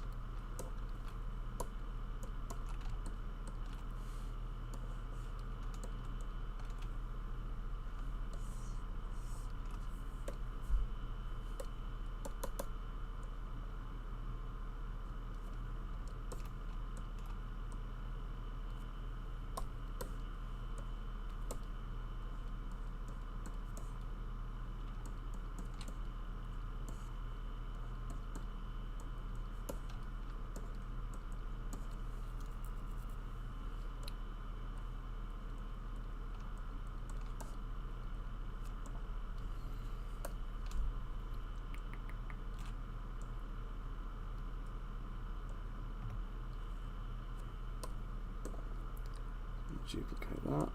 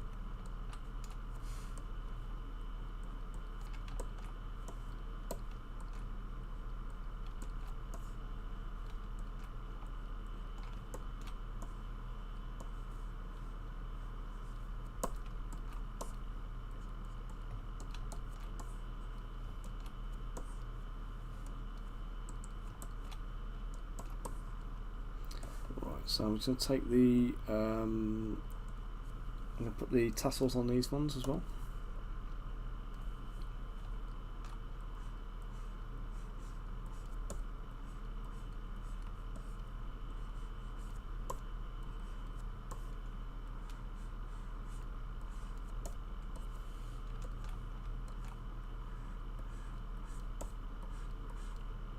Just keep the tassel theme a little bit running through the sculpt.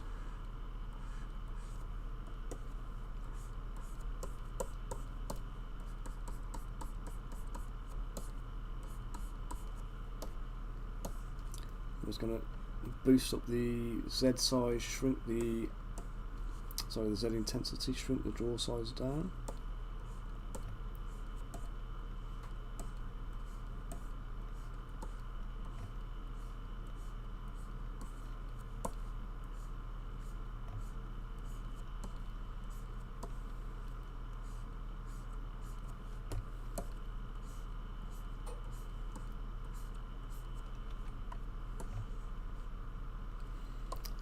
I think I'm going to have a knee pad there, but I'm just going to bring that back just to make sure there's no voids in there. I might even have to bring it forward to be fair though, so let's see. No, that's fine actually as it is.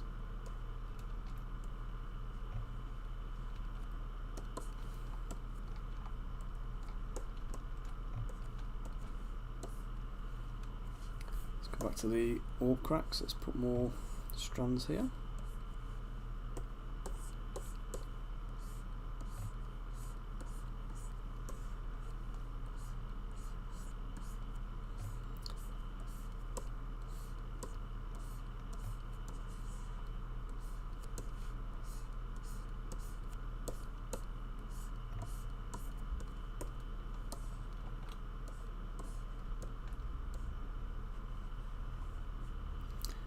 That needs to get sorted. Let's support that spike with a bit of that tassel.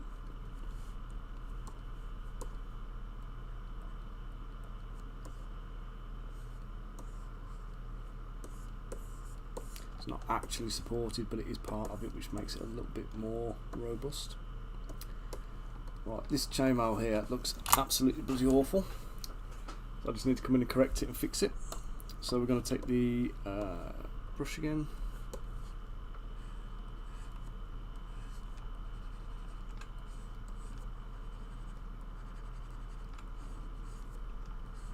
just lacking definition, and some of the shapes are really badly distorted. So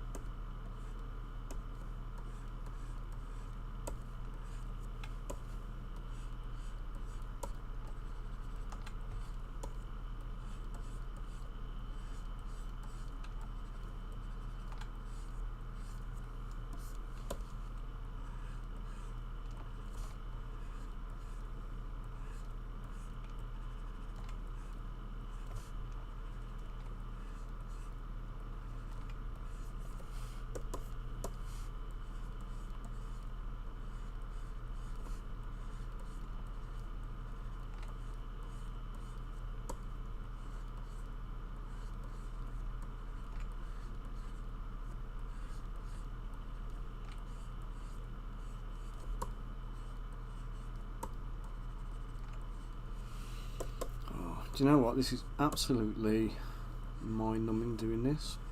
But it's like, you know, when you get to one of those processes where you can just kind of switch off. And I think my brain's just done that, which is why I stopped talking.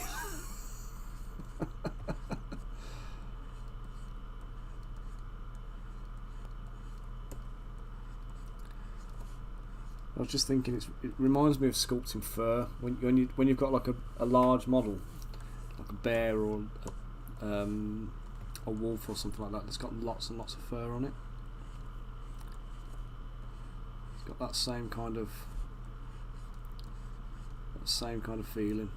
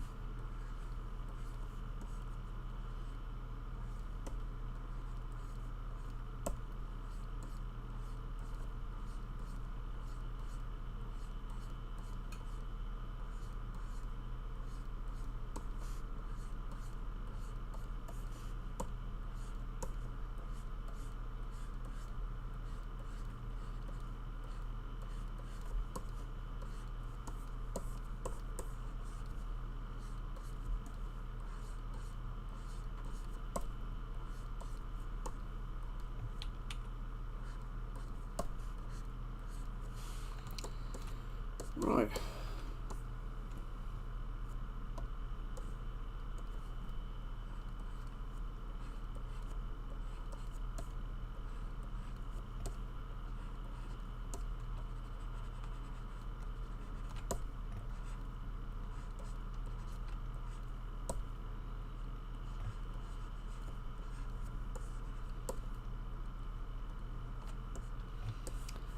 Right, so next thing I need to do is I need to sort out the position of the belt,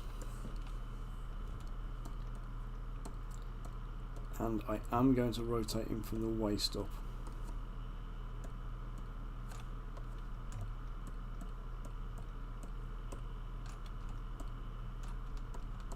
Well, that would have been a much easier way of doing what I've just done, wouldn't it?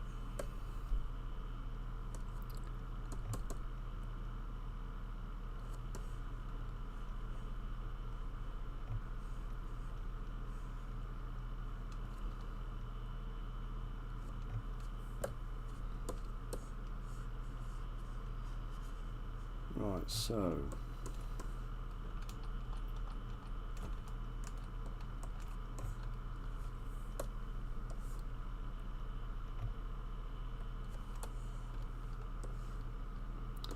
let's bring this all up.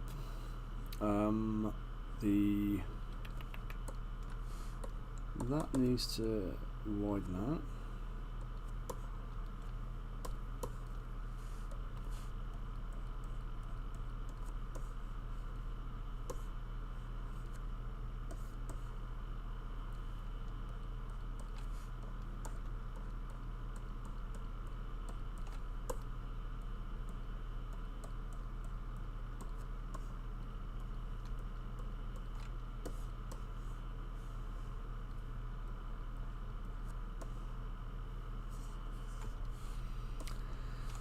So I can hide that now. Let's hide that.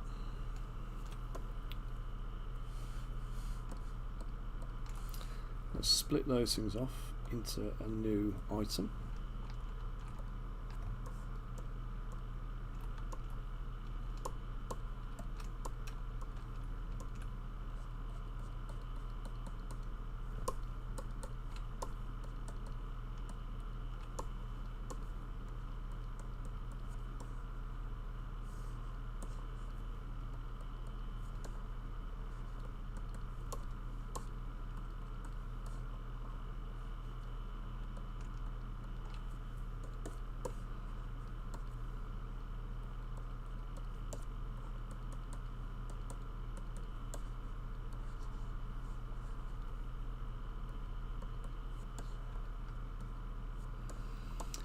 Okay, right then, so let's just okay,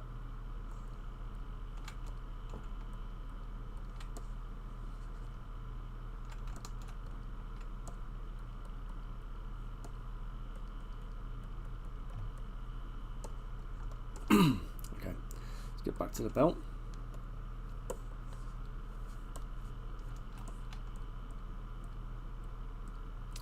Hide the sword and the sword frog for a second, and I want to just pull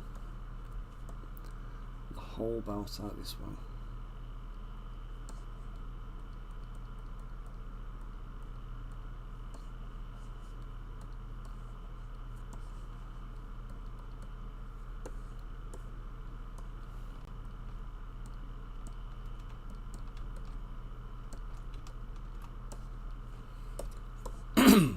That piece is not the piece I was after. That one is.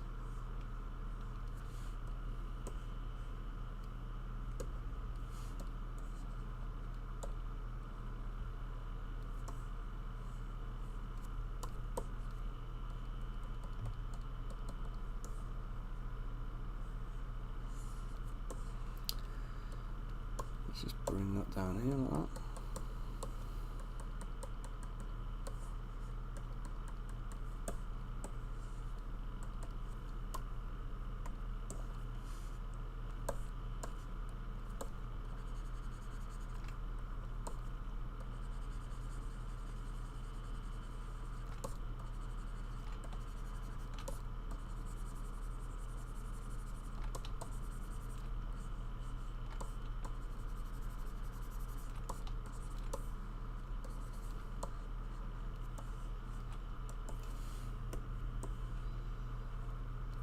Let's just move that.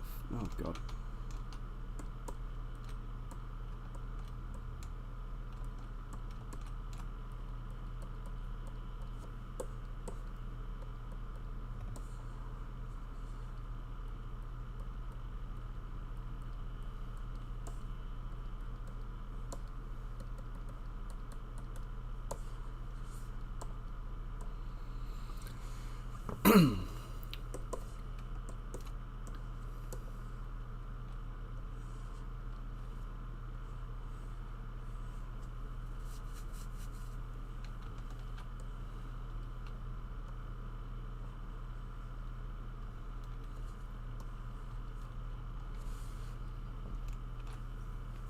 Should do a quick save.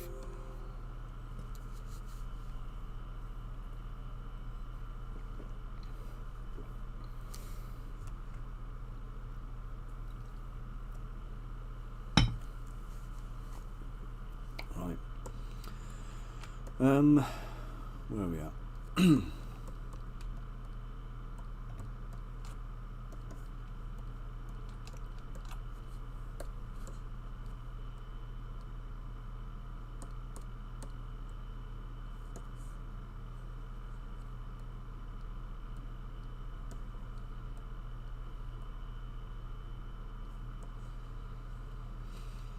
There we go. So let's put the sword in contact with the tabard.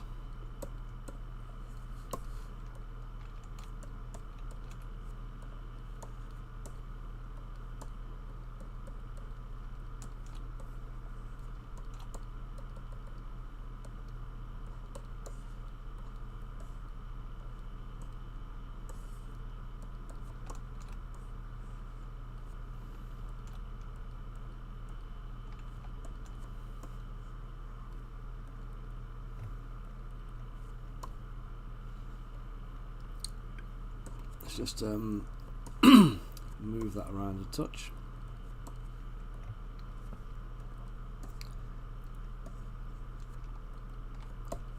We'll just bring that out to fill that gap there a bit.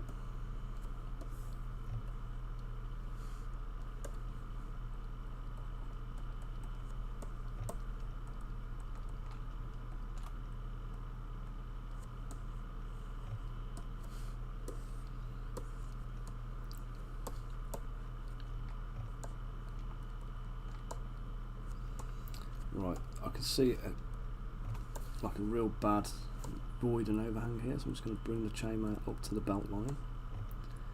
That's going to help to fill that space and stop it from becoming an issue. Same here behind the scabbard. Just want to close up those little holes so I don't have an opening in the middle there somewhere.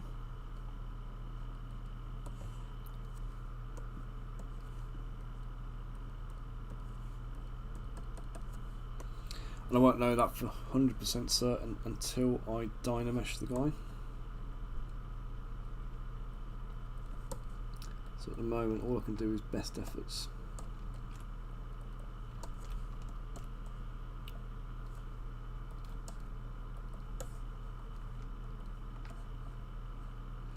Yeah, there's the void I was talking about.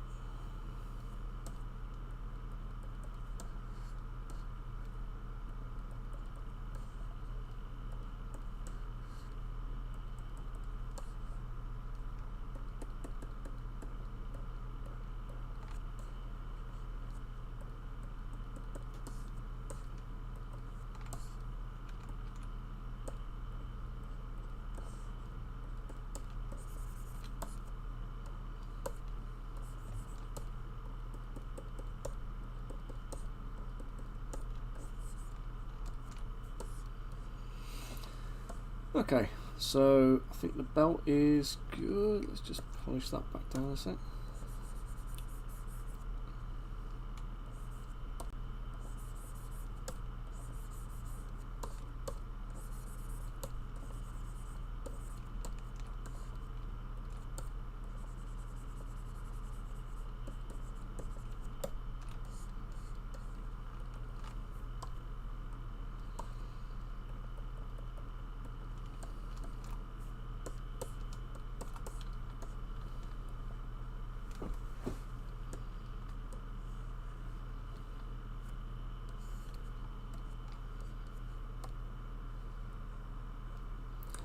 I need to move this out a touch so I can reposition the arm.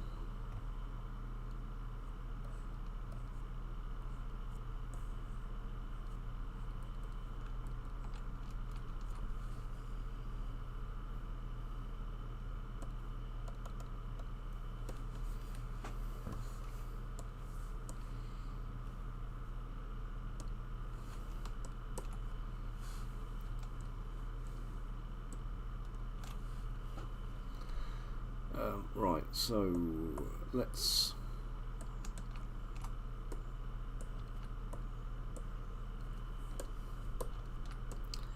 get this up to the elbow. Elbow? Shoulder?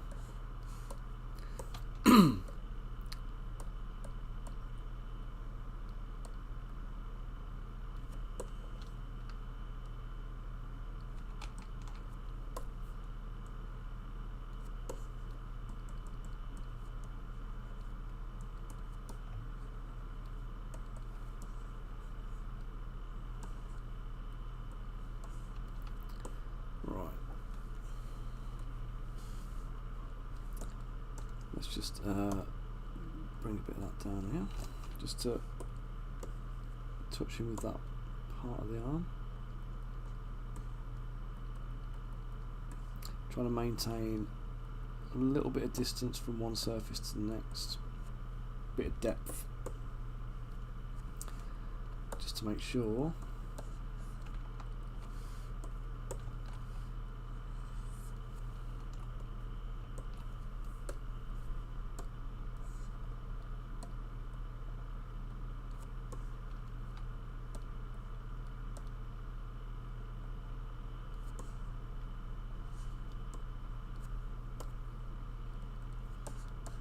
chainmail move back a bit.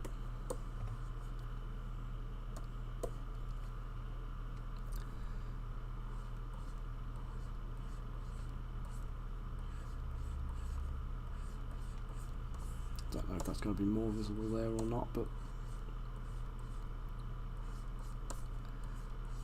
always look weird in the render.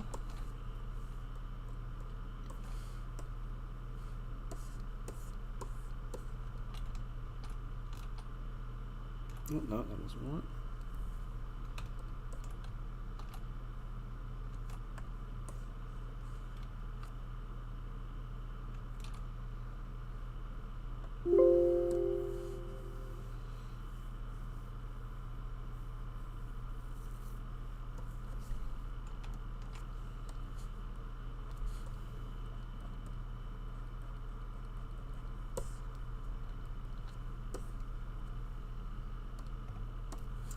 Let's just take that little point off the corner, because what I want to do is I want to make it look like it's actually blowing to the left a touch.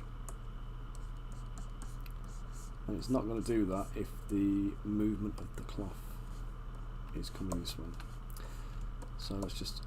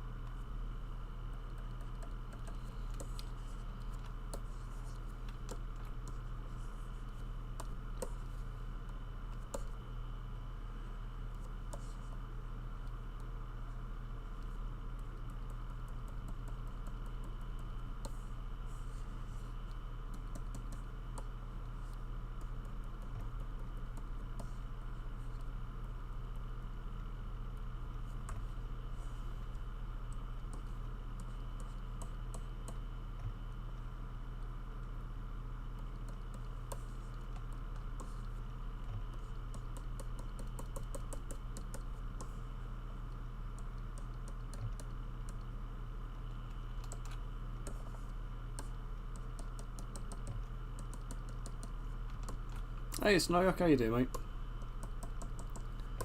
What are you up to today? Apart from joining me for some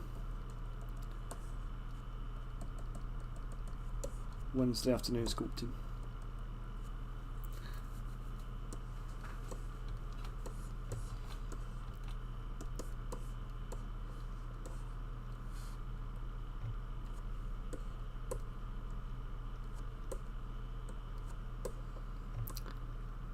quieting down a little bit now. Actually, we had about 20 people on the stream earlier. And it's just down to just the 4 of you. Oh, mate. How's chores?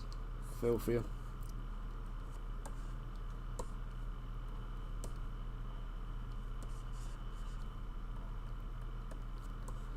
Yeah, I think it's that whole thing, isn't it?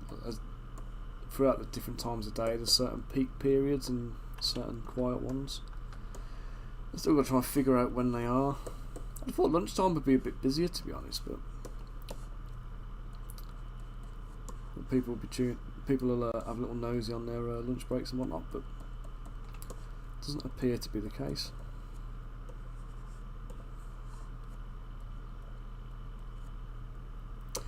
Yeah,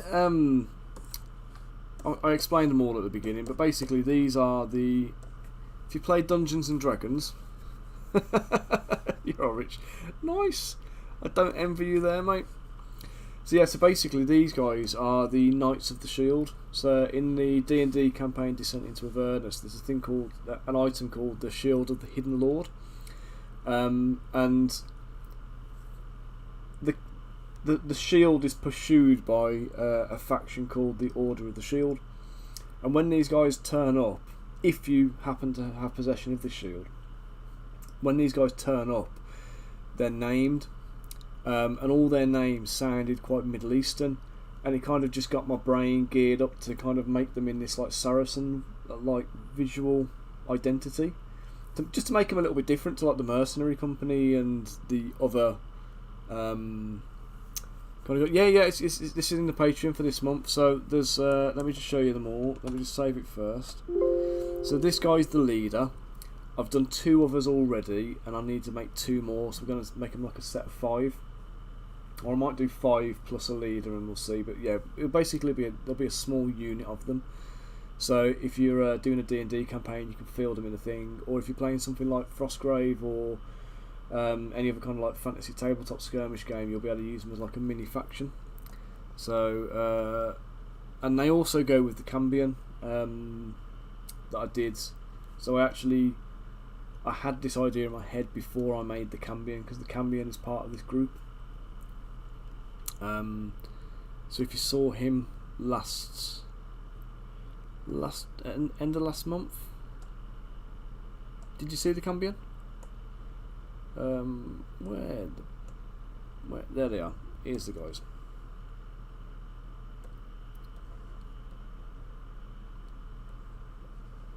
Yeah, so the Cambion basically, he's got the same kind of visual aesthetic as these. He's got the same kind of pointy shoes, the baggy trousers, the chainmail bits I've just done, and he's got this. They've got this this symbol which is like the eye.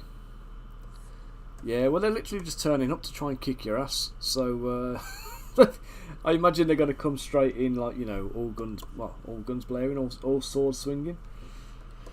So yeah, so we've got the two choppy guys with the bucklers, and then we've got their commander.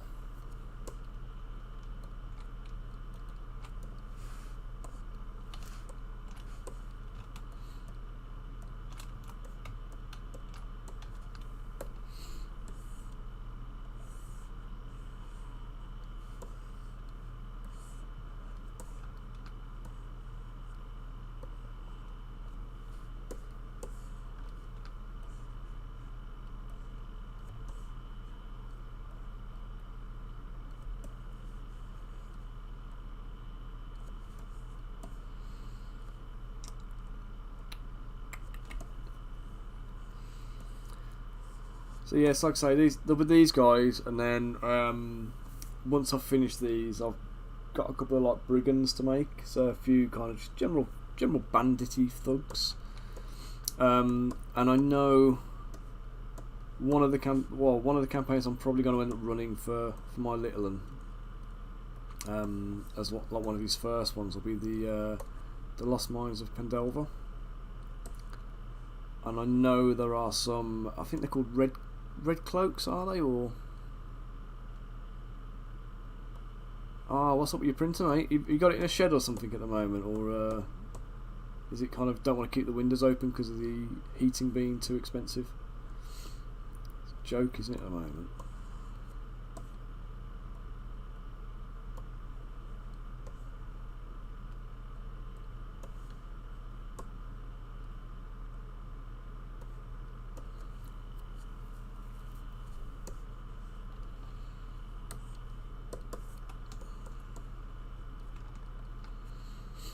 Yeah, I'm really not enjoying this whole having to be over cautious about the putting the heating on and things like that.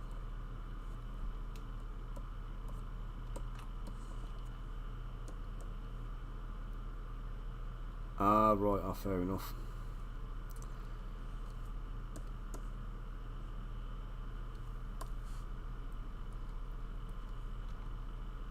Have you seen the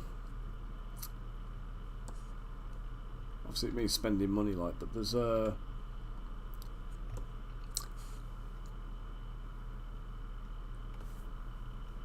yeah, I've seen people use is it heating mats like you would have for like a lizard or something like that?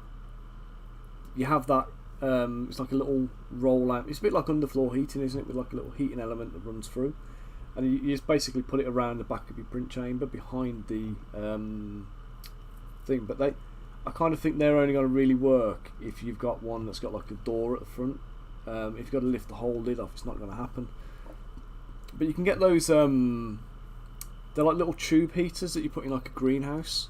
I had one for my Epax X10, and it's about that long. So it's not massive. Really, really low power consumption on them, but they basically just take the chill out. But in a small confined space like a print chamber, it will kind of heat up quite nicely. So that'd be a good option for warming it. But if you're talking about ventilation and extraction, that's a different matter entirely. I've got a an air purifier over there, which you just like clean the filters on and just run it, and it'll just pull the air through and cycle it through. And I don't get any. It gets all the smells out of the room while I'm using it, which is good. But I've also got these things as well, and I wasn't keen on them to start with. I mean, I don't know if you can even hear that. There's like a very, very little motor noise in there. You just about hear it. But I was using them and I was thinking that they're pretty crap. They didn't really work. And then I left them and didn't use them at all for ages.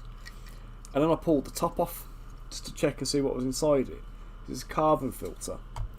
And basically this little carbon block was in there. And it was wrapped in white paper. Like double wrapped. And I thought, it's not going to do anything. If you're pulling it through paper, it's not been effective. And I've taken the paper off and I've just got the block of the little carbon filter block in there now. And it actually does work. To you put it inside the print chamber, well clear of the moving parts, like the build platform. Press run. I think it runs for about 24 hours off a single charge, and you get 2 of them in a pack when you buy them. So, you know, run one, charge it up, pop it in the printer. While that one's running, you can charge the next one, and just keep switching them over. So they're pretty decent going. Of course, the other option is you can always just buy resin prints off me directly, and I'll post them out to you. We're just about to start the new website, so that'll be live today, hopefully. So I'm going to be sending out like everybody on the mailing is going to get the update about the site going live. So we're offering resin prints of everything. We're offering the STL files through the site as well, so you don't have to go to my manufacturer or anywhere else for them. You just come straight to me. But best of all, I'm putting a introductory discount on the site for launch, which will be 50% off all STL files, which is 20% better than the My Manufacturer discount that's running on the Black Friday sale. So 50% discount on STL files and 30% off all my resin models, and that's automatic. So as soon as you get to checkout, that discount just gets piled on, no matter where you are, or whatever. The rest of the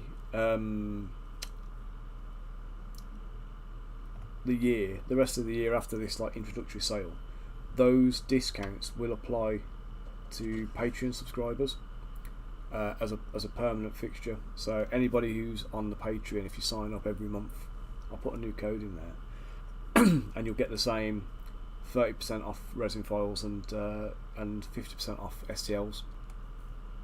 So you can get some nice, hefty, significant discounts doing it that way. So like I say, if your printer's out of action and you're feeling the need for something that's in the releases, you can always just pop an order in and we'll print it for you. So I'm even thinking about picking up a few of the slightly bigger ones. I do, mate. So I do loads. So if you watch all of my streams, you'll see the Cursed Empire stuff that I do. So that's obviously a commission piece. Those are commission work. And then there was like these guys. I don't know if the Kickstarter's gone live yet, but these guys that I did for a Kickstarter project that's going up soon. A big lion and a massive lynx. Oh, sounds like the rain's starting again. So those figures were commissions. I probably do more commission models a month than I do Patreon releases. But it depends, like if it's a single figure or if it's like loads and loads of stuff. If it's a personal use one of the things I am offering at the moment, again for Patreon subscribers, to basically put suggestions in for models they want me to make. So if there's like a one-off figure you want doing and you just can't find something, if you're not fussed about particularly owning that figure, then what I can do is I can put it into the Patreon monthly polls, and we'll poll everybody on there about what they want to see made. So it'll be a Patreon only kind of vote, and every month I'll make at least one of the figures that's come through on the requests. So you've always got that option. So if it's for, I mean a little bit further up, Rich put a suggestion in for something that was verging on obscene. Where was it, Rich? A Halfling Twilight Cleric / Blood Hunter multiclass. So that really common and well known character trope. so that'll go in the poll along with anything you want to throw in there. So yeah, if it's something you want, I mean, even to the point where if what you want is a modification of an existing model to have a different head or something like that, I can do that, and it'll probably be a simpler kind of a simple adjustment for you. So just let me know. And so pop it into the requests, and we'll get on it.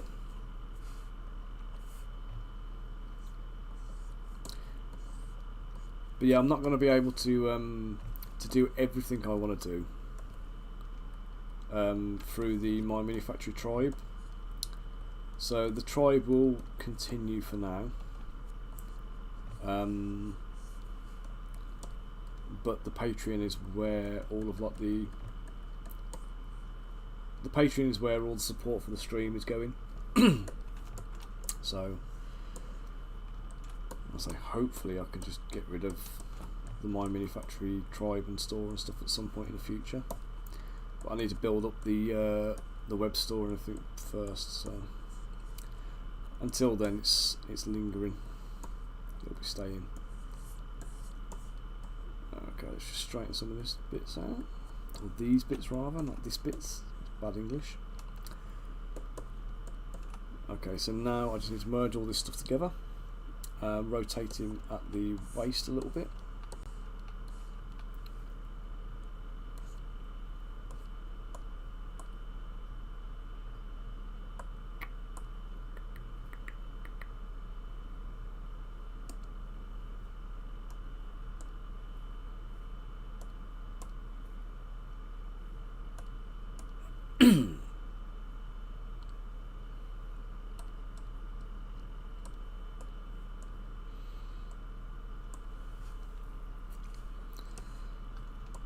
So what's yours then, Snowyak? What character is Ah, right. Oh, he's not. He doesn't have to be a furbolg, does he?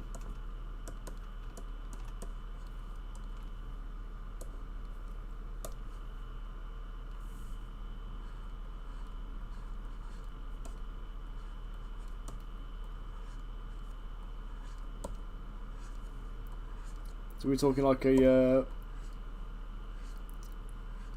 peace and love hippie druid kind of thing.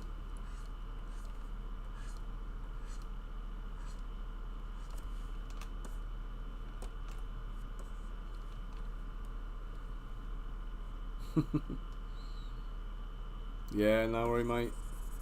Thanks for joining again, as always. You have a good day, and God help you in the morning, mate. It's morning, isn't it?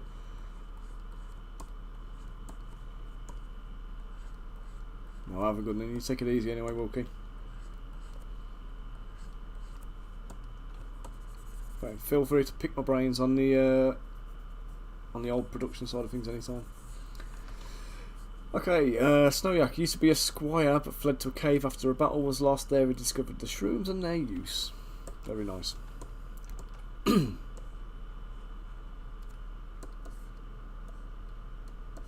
Right, I just need to do a little bit of something in this guy's... just in here. I'm going to try and make it look like hair, I think. Bloody rain.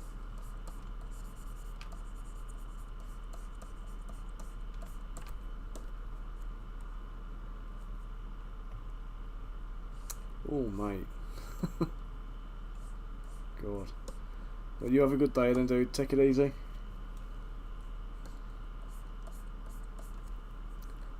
So he can spend a wild shape to grow exploding mushrooms on his back and froze them. Nice. So do you want you after like the druid with the mushrooms on the back on his back then, or?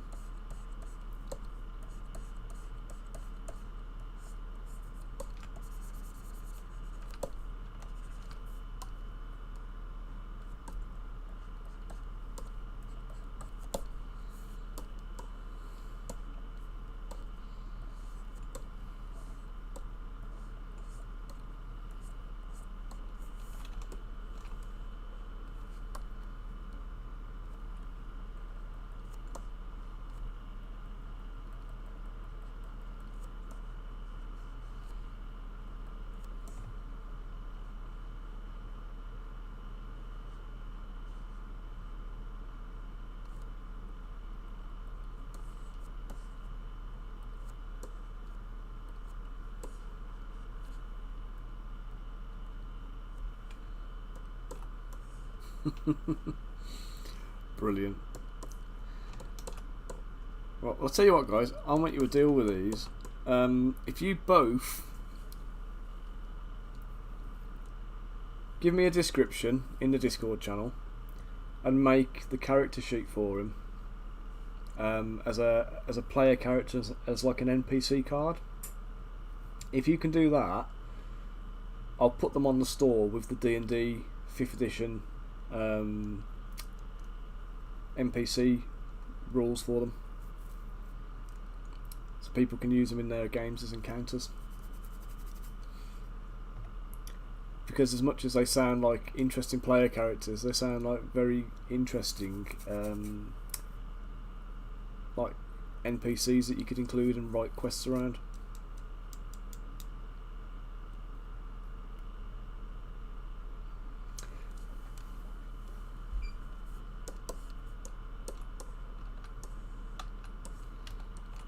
Going to come and do something on this that's been bothering me and annoying me.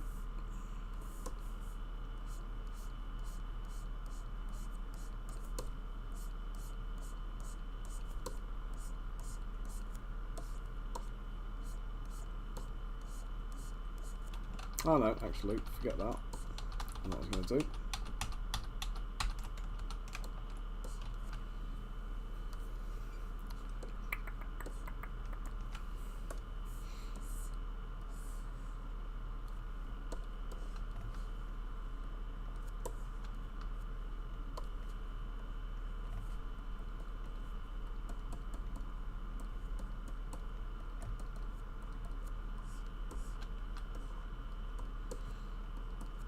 better. That transition from the bottom of the helmet into the chainmail was bothering me.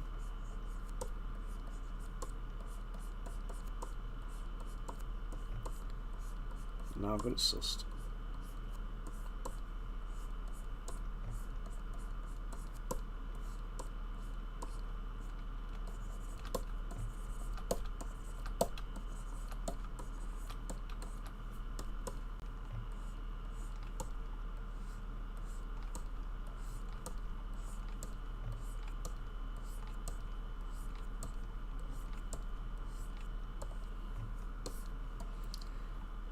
So you guys fancy doing your character sheets then? Make them into legit NPCs and get some quest writing going on.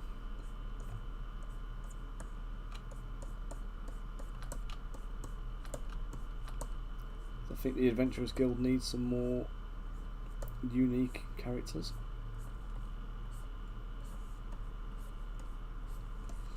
We'll obviously credit you with that as well as the character's creator and whatnot.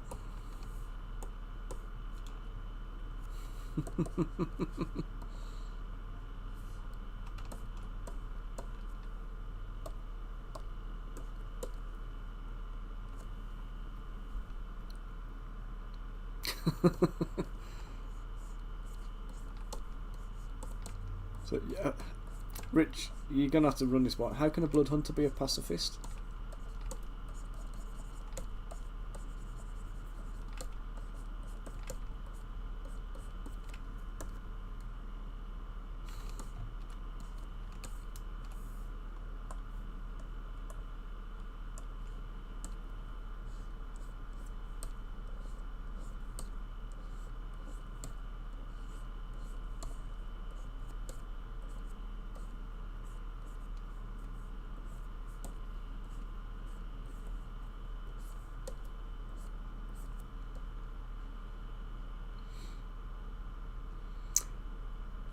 Hey, don't forget, mate, an NPC doesn't have to be a what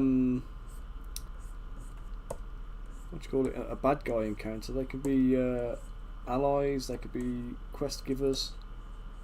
You know what I mean? There's loads of ways you can write an NPC into a game.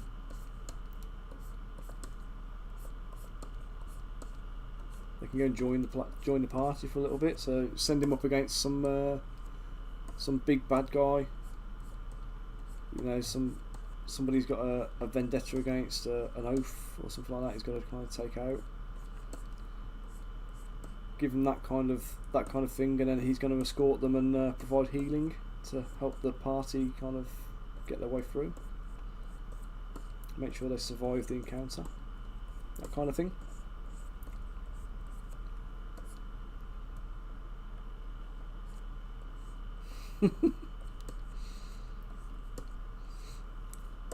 You've learned since then.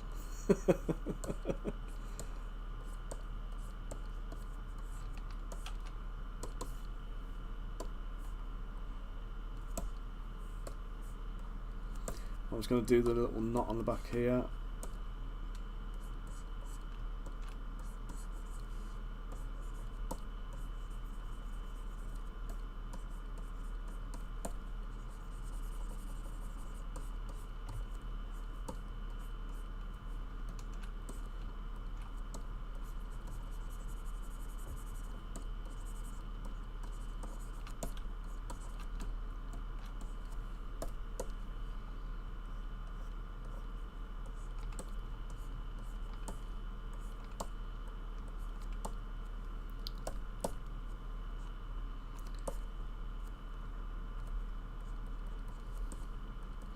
I was thinking about going and joining a D&D group that is in a town centre by us. There was a geek retreat cafe, and they ran like D&D groups and stuff in there.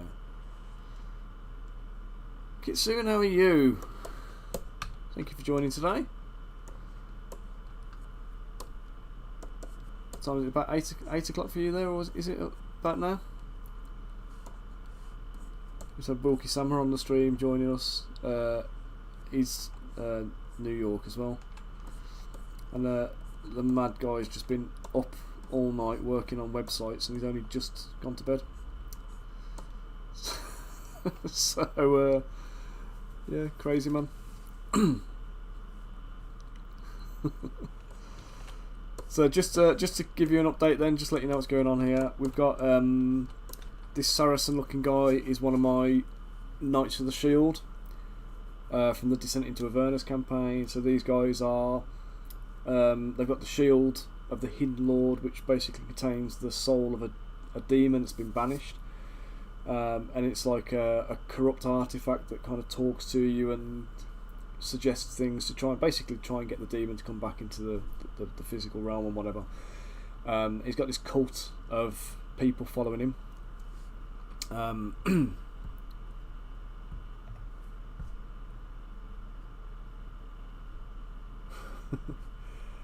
So yeah, so the this cult basically are pursuing the shield to try and like retrieve it and get their demon master kind of released, if you like. And when these guys get introduced in the campaign, they've got Middle Eastern sounding names. So rather than just making them as generic brigands or knights or something like that, I had this idea to kind of give them a Saracen vibe, and it differentiates them a little bit then from like some of the other models I've got in my things. So if you look at like the mercenary company like this guy, is it there? This one. So look at him, he's got more of like the European kind of knight look about him. So rather than just loaded up with lots and lots of those kind of guys, I've gone down this route and we've done there you go, a couple of Saracen soldiers, and then the kind of the hero character. So just to give them a little bit of a theme, make a set of them. So, and we've got a Cambion who is also part of this same faction. So they've got this like eye symbol that you see on the shoulder pad there. So this eye is like their. It's normally surrounded by diamonds in the game, but you can't sculpt little diamonds all over that. It's not viable. Yeah, this eye is their like symbol. So that's the thing. So I'm going to actually make the shield of the Hidden Lord as an artifact as well. So that'll be an item that I'm going to just produce. And then yeah, that'll be it then. The faction will be ready to go. So I've got 2 standard guys and a leader ready. So I just need to kind of get him finished up really. Let's just take this guy's arm and just thicken it up a touch because it looks a bit scrawny at the elbow.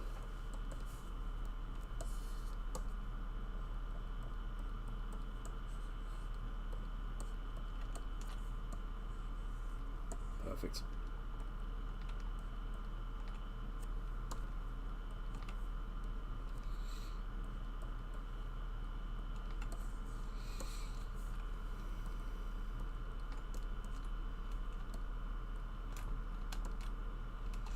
I'm going to save this and I'm going to auto group everything because I've got some weird polygroups in there that I need to just sort out.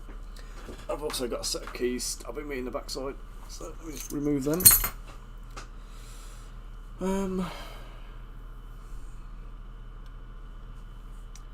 let's save, let's auto group, see what we're dealing with.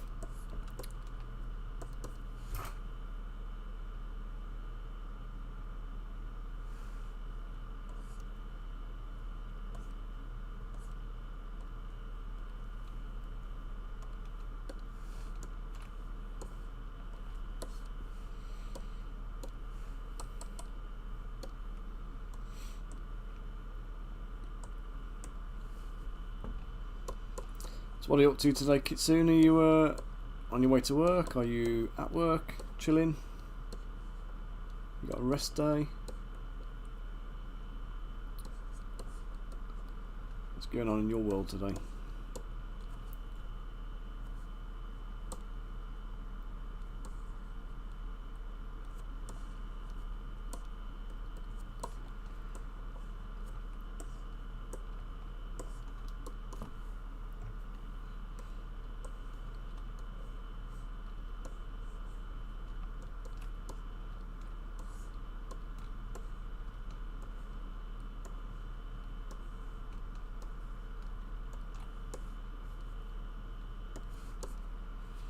Need to just do a little bit of texture on here, not too much. I need to turn that off.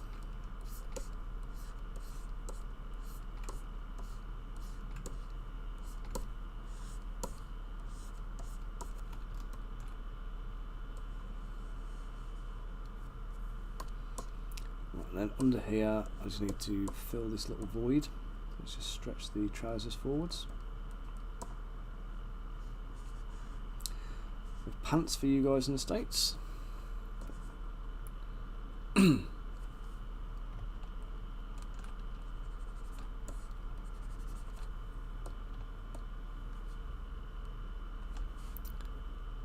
Oh man, laundry folding.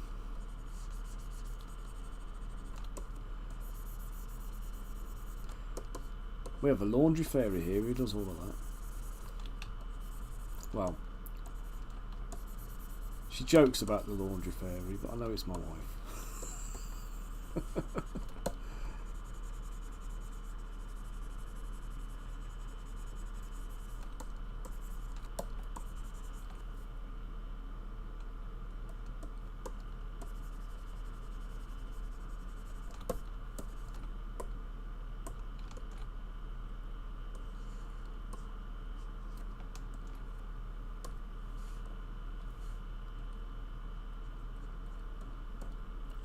Now we genuinely do that. We send all of our ironing once a week. We send our ironing to around to my mother-in-law's house. She only lives like 2 roads away.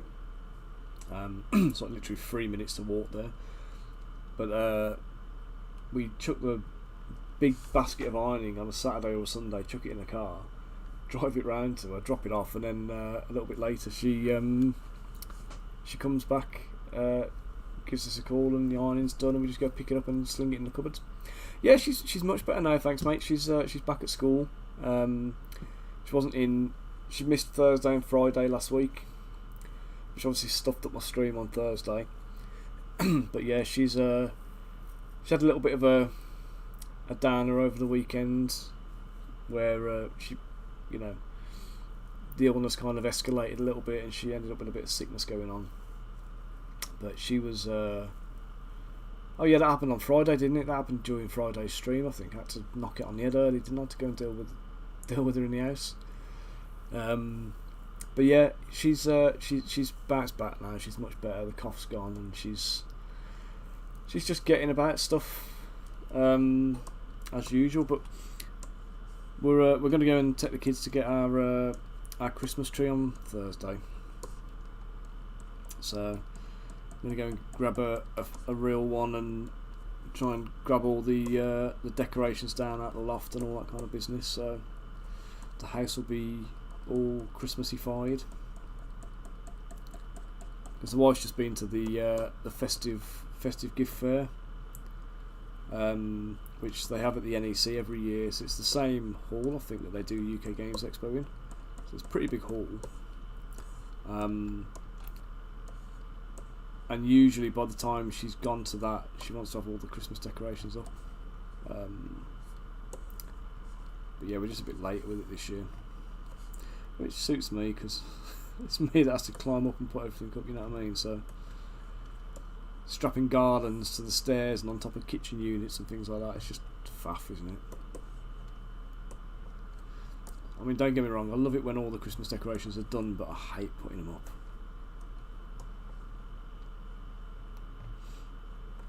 Especially, I always get the rubbish jobs of having to, like, climb ladders and tie things on and all that kind of stuff.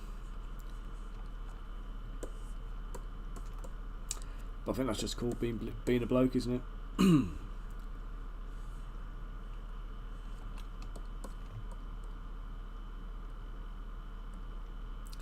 was going to make this shoulder pad a touch bigger, and then I am going to turds, that didn't work out well.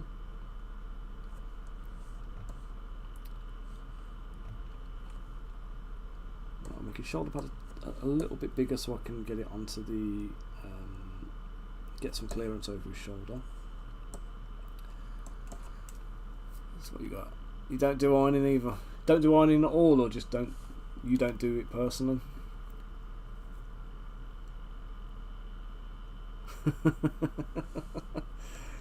God, you know, I can't even imagine my kids being like 17 years old. They're just like little babies, aren't they? You know what I mean? They're just like mega cute and lovely. And I don't even want to think about them getting to that age where we have those kind of dramas and things we've got to talk about and deal with.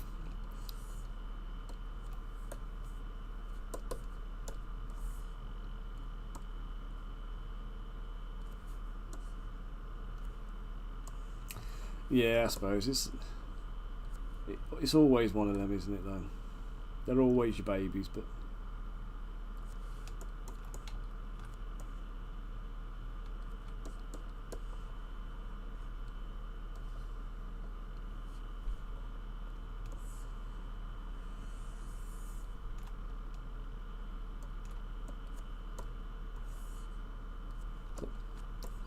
all the issues just change, don't they, as they get older. And I was saying on, I don't know if you were on my stream yesterday or not, but I can't remember. But I had my my little one, Jacob, or the oldest rather. He went to bed about 8:30, I think it was, and then about 10, 10:30, he's calling me. And he's like moaning that he can't get to sleep and all this kind of business. And then I cleared his bed off because he got books and stuff on there. Basically his pillow is like 1.5 foot back from the headboard, and he's got like teddy bears. He's got a little alarm clock. He's got his water bottle, a couple of books and stuff up there. And before I put him to bed, when I took him up, he showed me his reading book that he got, which was one of the Diary of a Wimpy Kid books. And he took this book, held it up, and the bookmark is about a quarter of the way through the book. So look how much I've read since the weekend. So I'm like, well done. Right, get to sleep. 2 hours later, I go up to his room to deal with him because he's calling.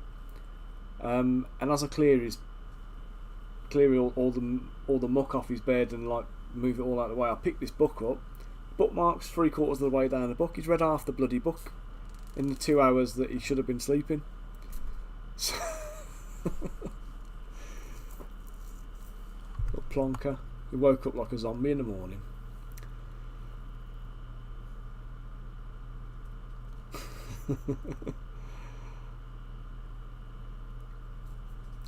Yeah, it was different when we were kids though, wasn't it? Like the world was a different place. Even like the whole concept of like social media and stuff is the one that kind of bothers me. Knowing that they've got to kind of deal with all of that like crap as they get older, it's just not fun, is it? You know what I mean? I feel like I should just tilt him, shouldn't I? And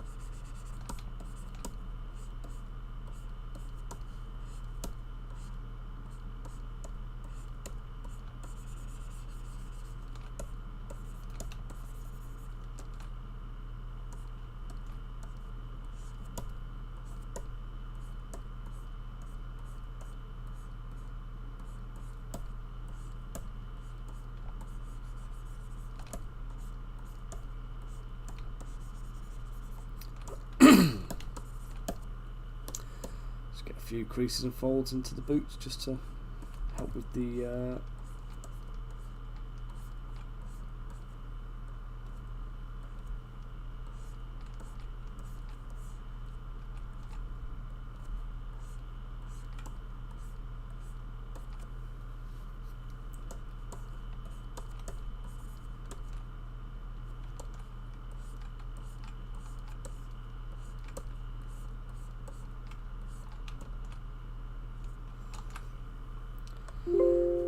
quick save, and then I need to take... I need to do a little sash on the back of his head. I'm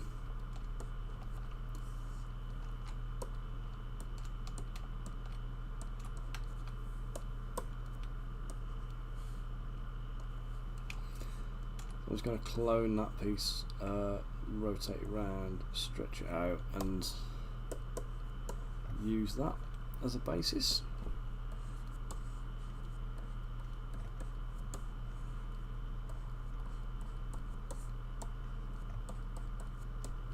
Quite pleased that it actually works pretty well without any extra sculpting, which I was not expecting.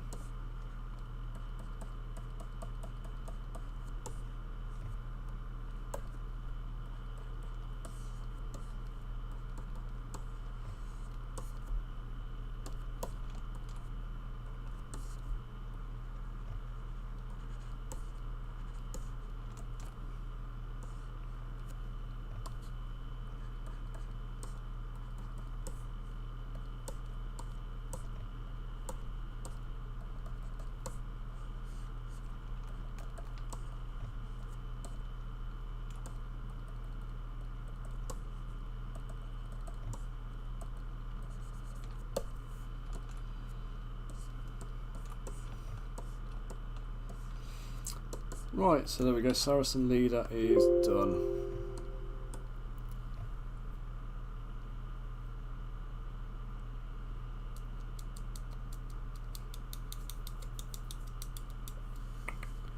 Let's copy him and drop him into the group here.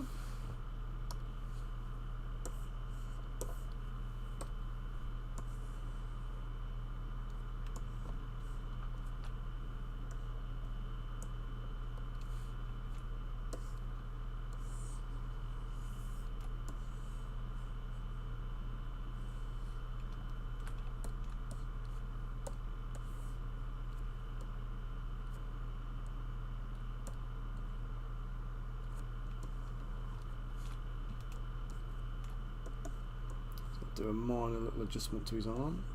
A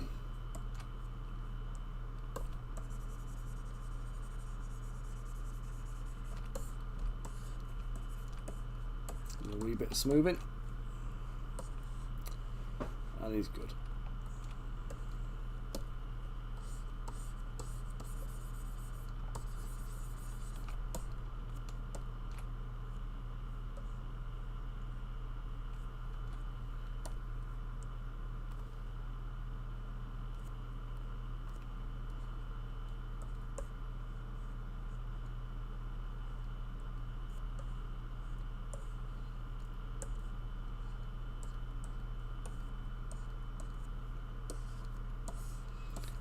Just in the hem of that glove so it just covers off some of the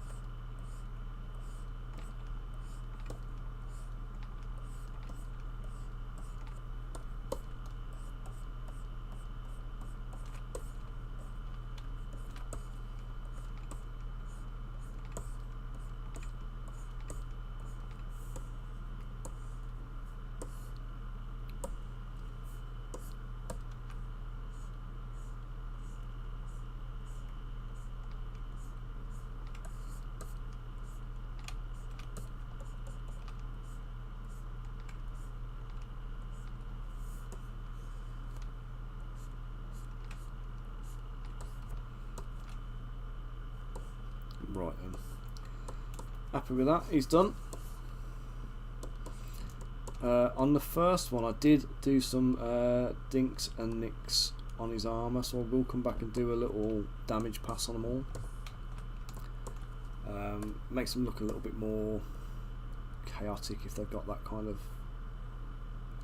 thing going on.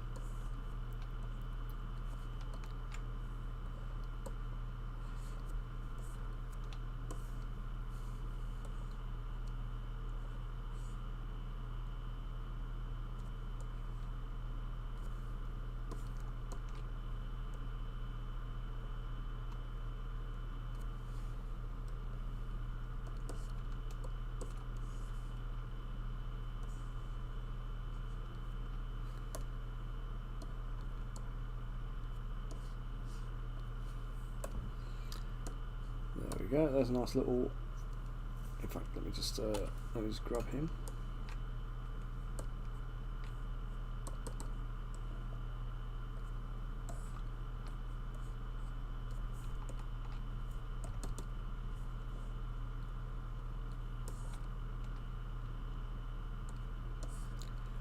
Let's just bring him back a touch.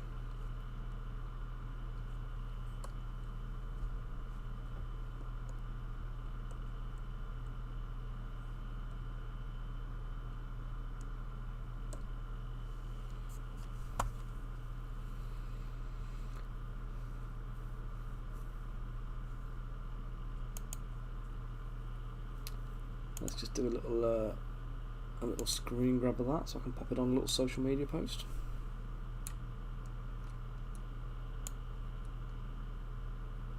Well, that was a fail, wasn't it?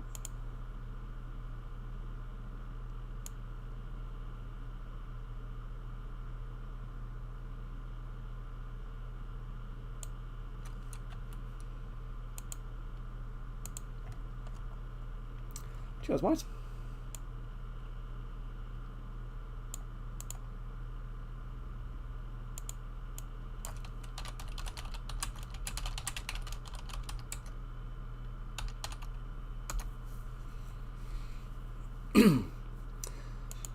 Yeah, I'm quite pleased with how these guys are coming together actually. Oh, God, the shoulders. Right, I think that might be a good place for me to stop because I am feeling some hunger pains now, so I'm going to have to go and grab some lunch.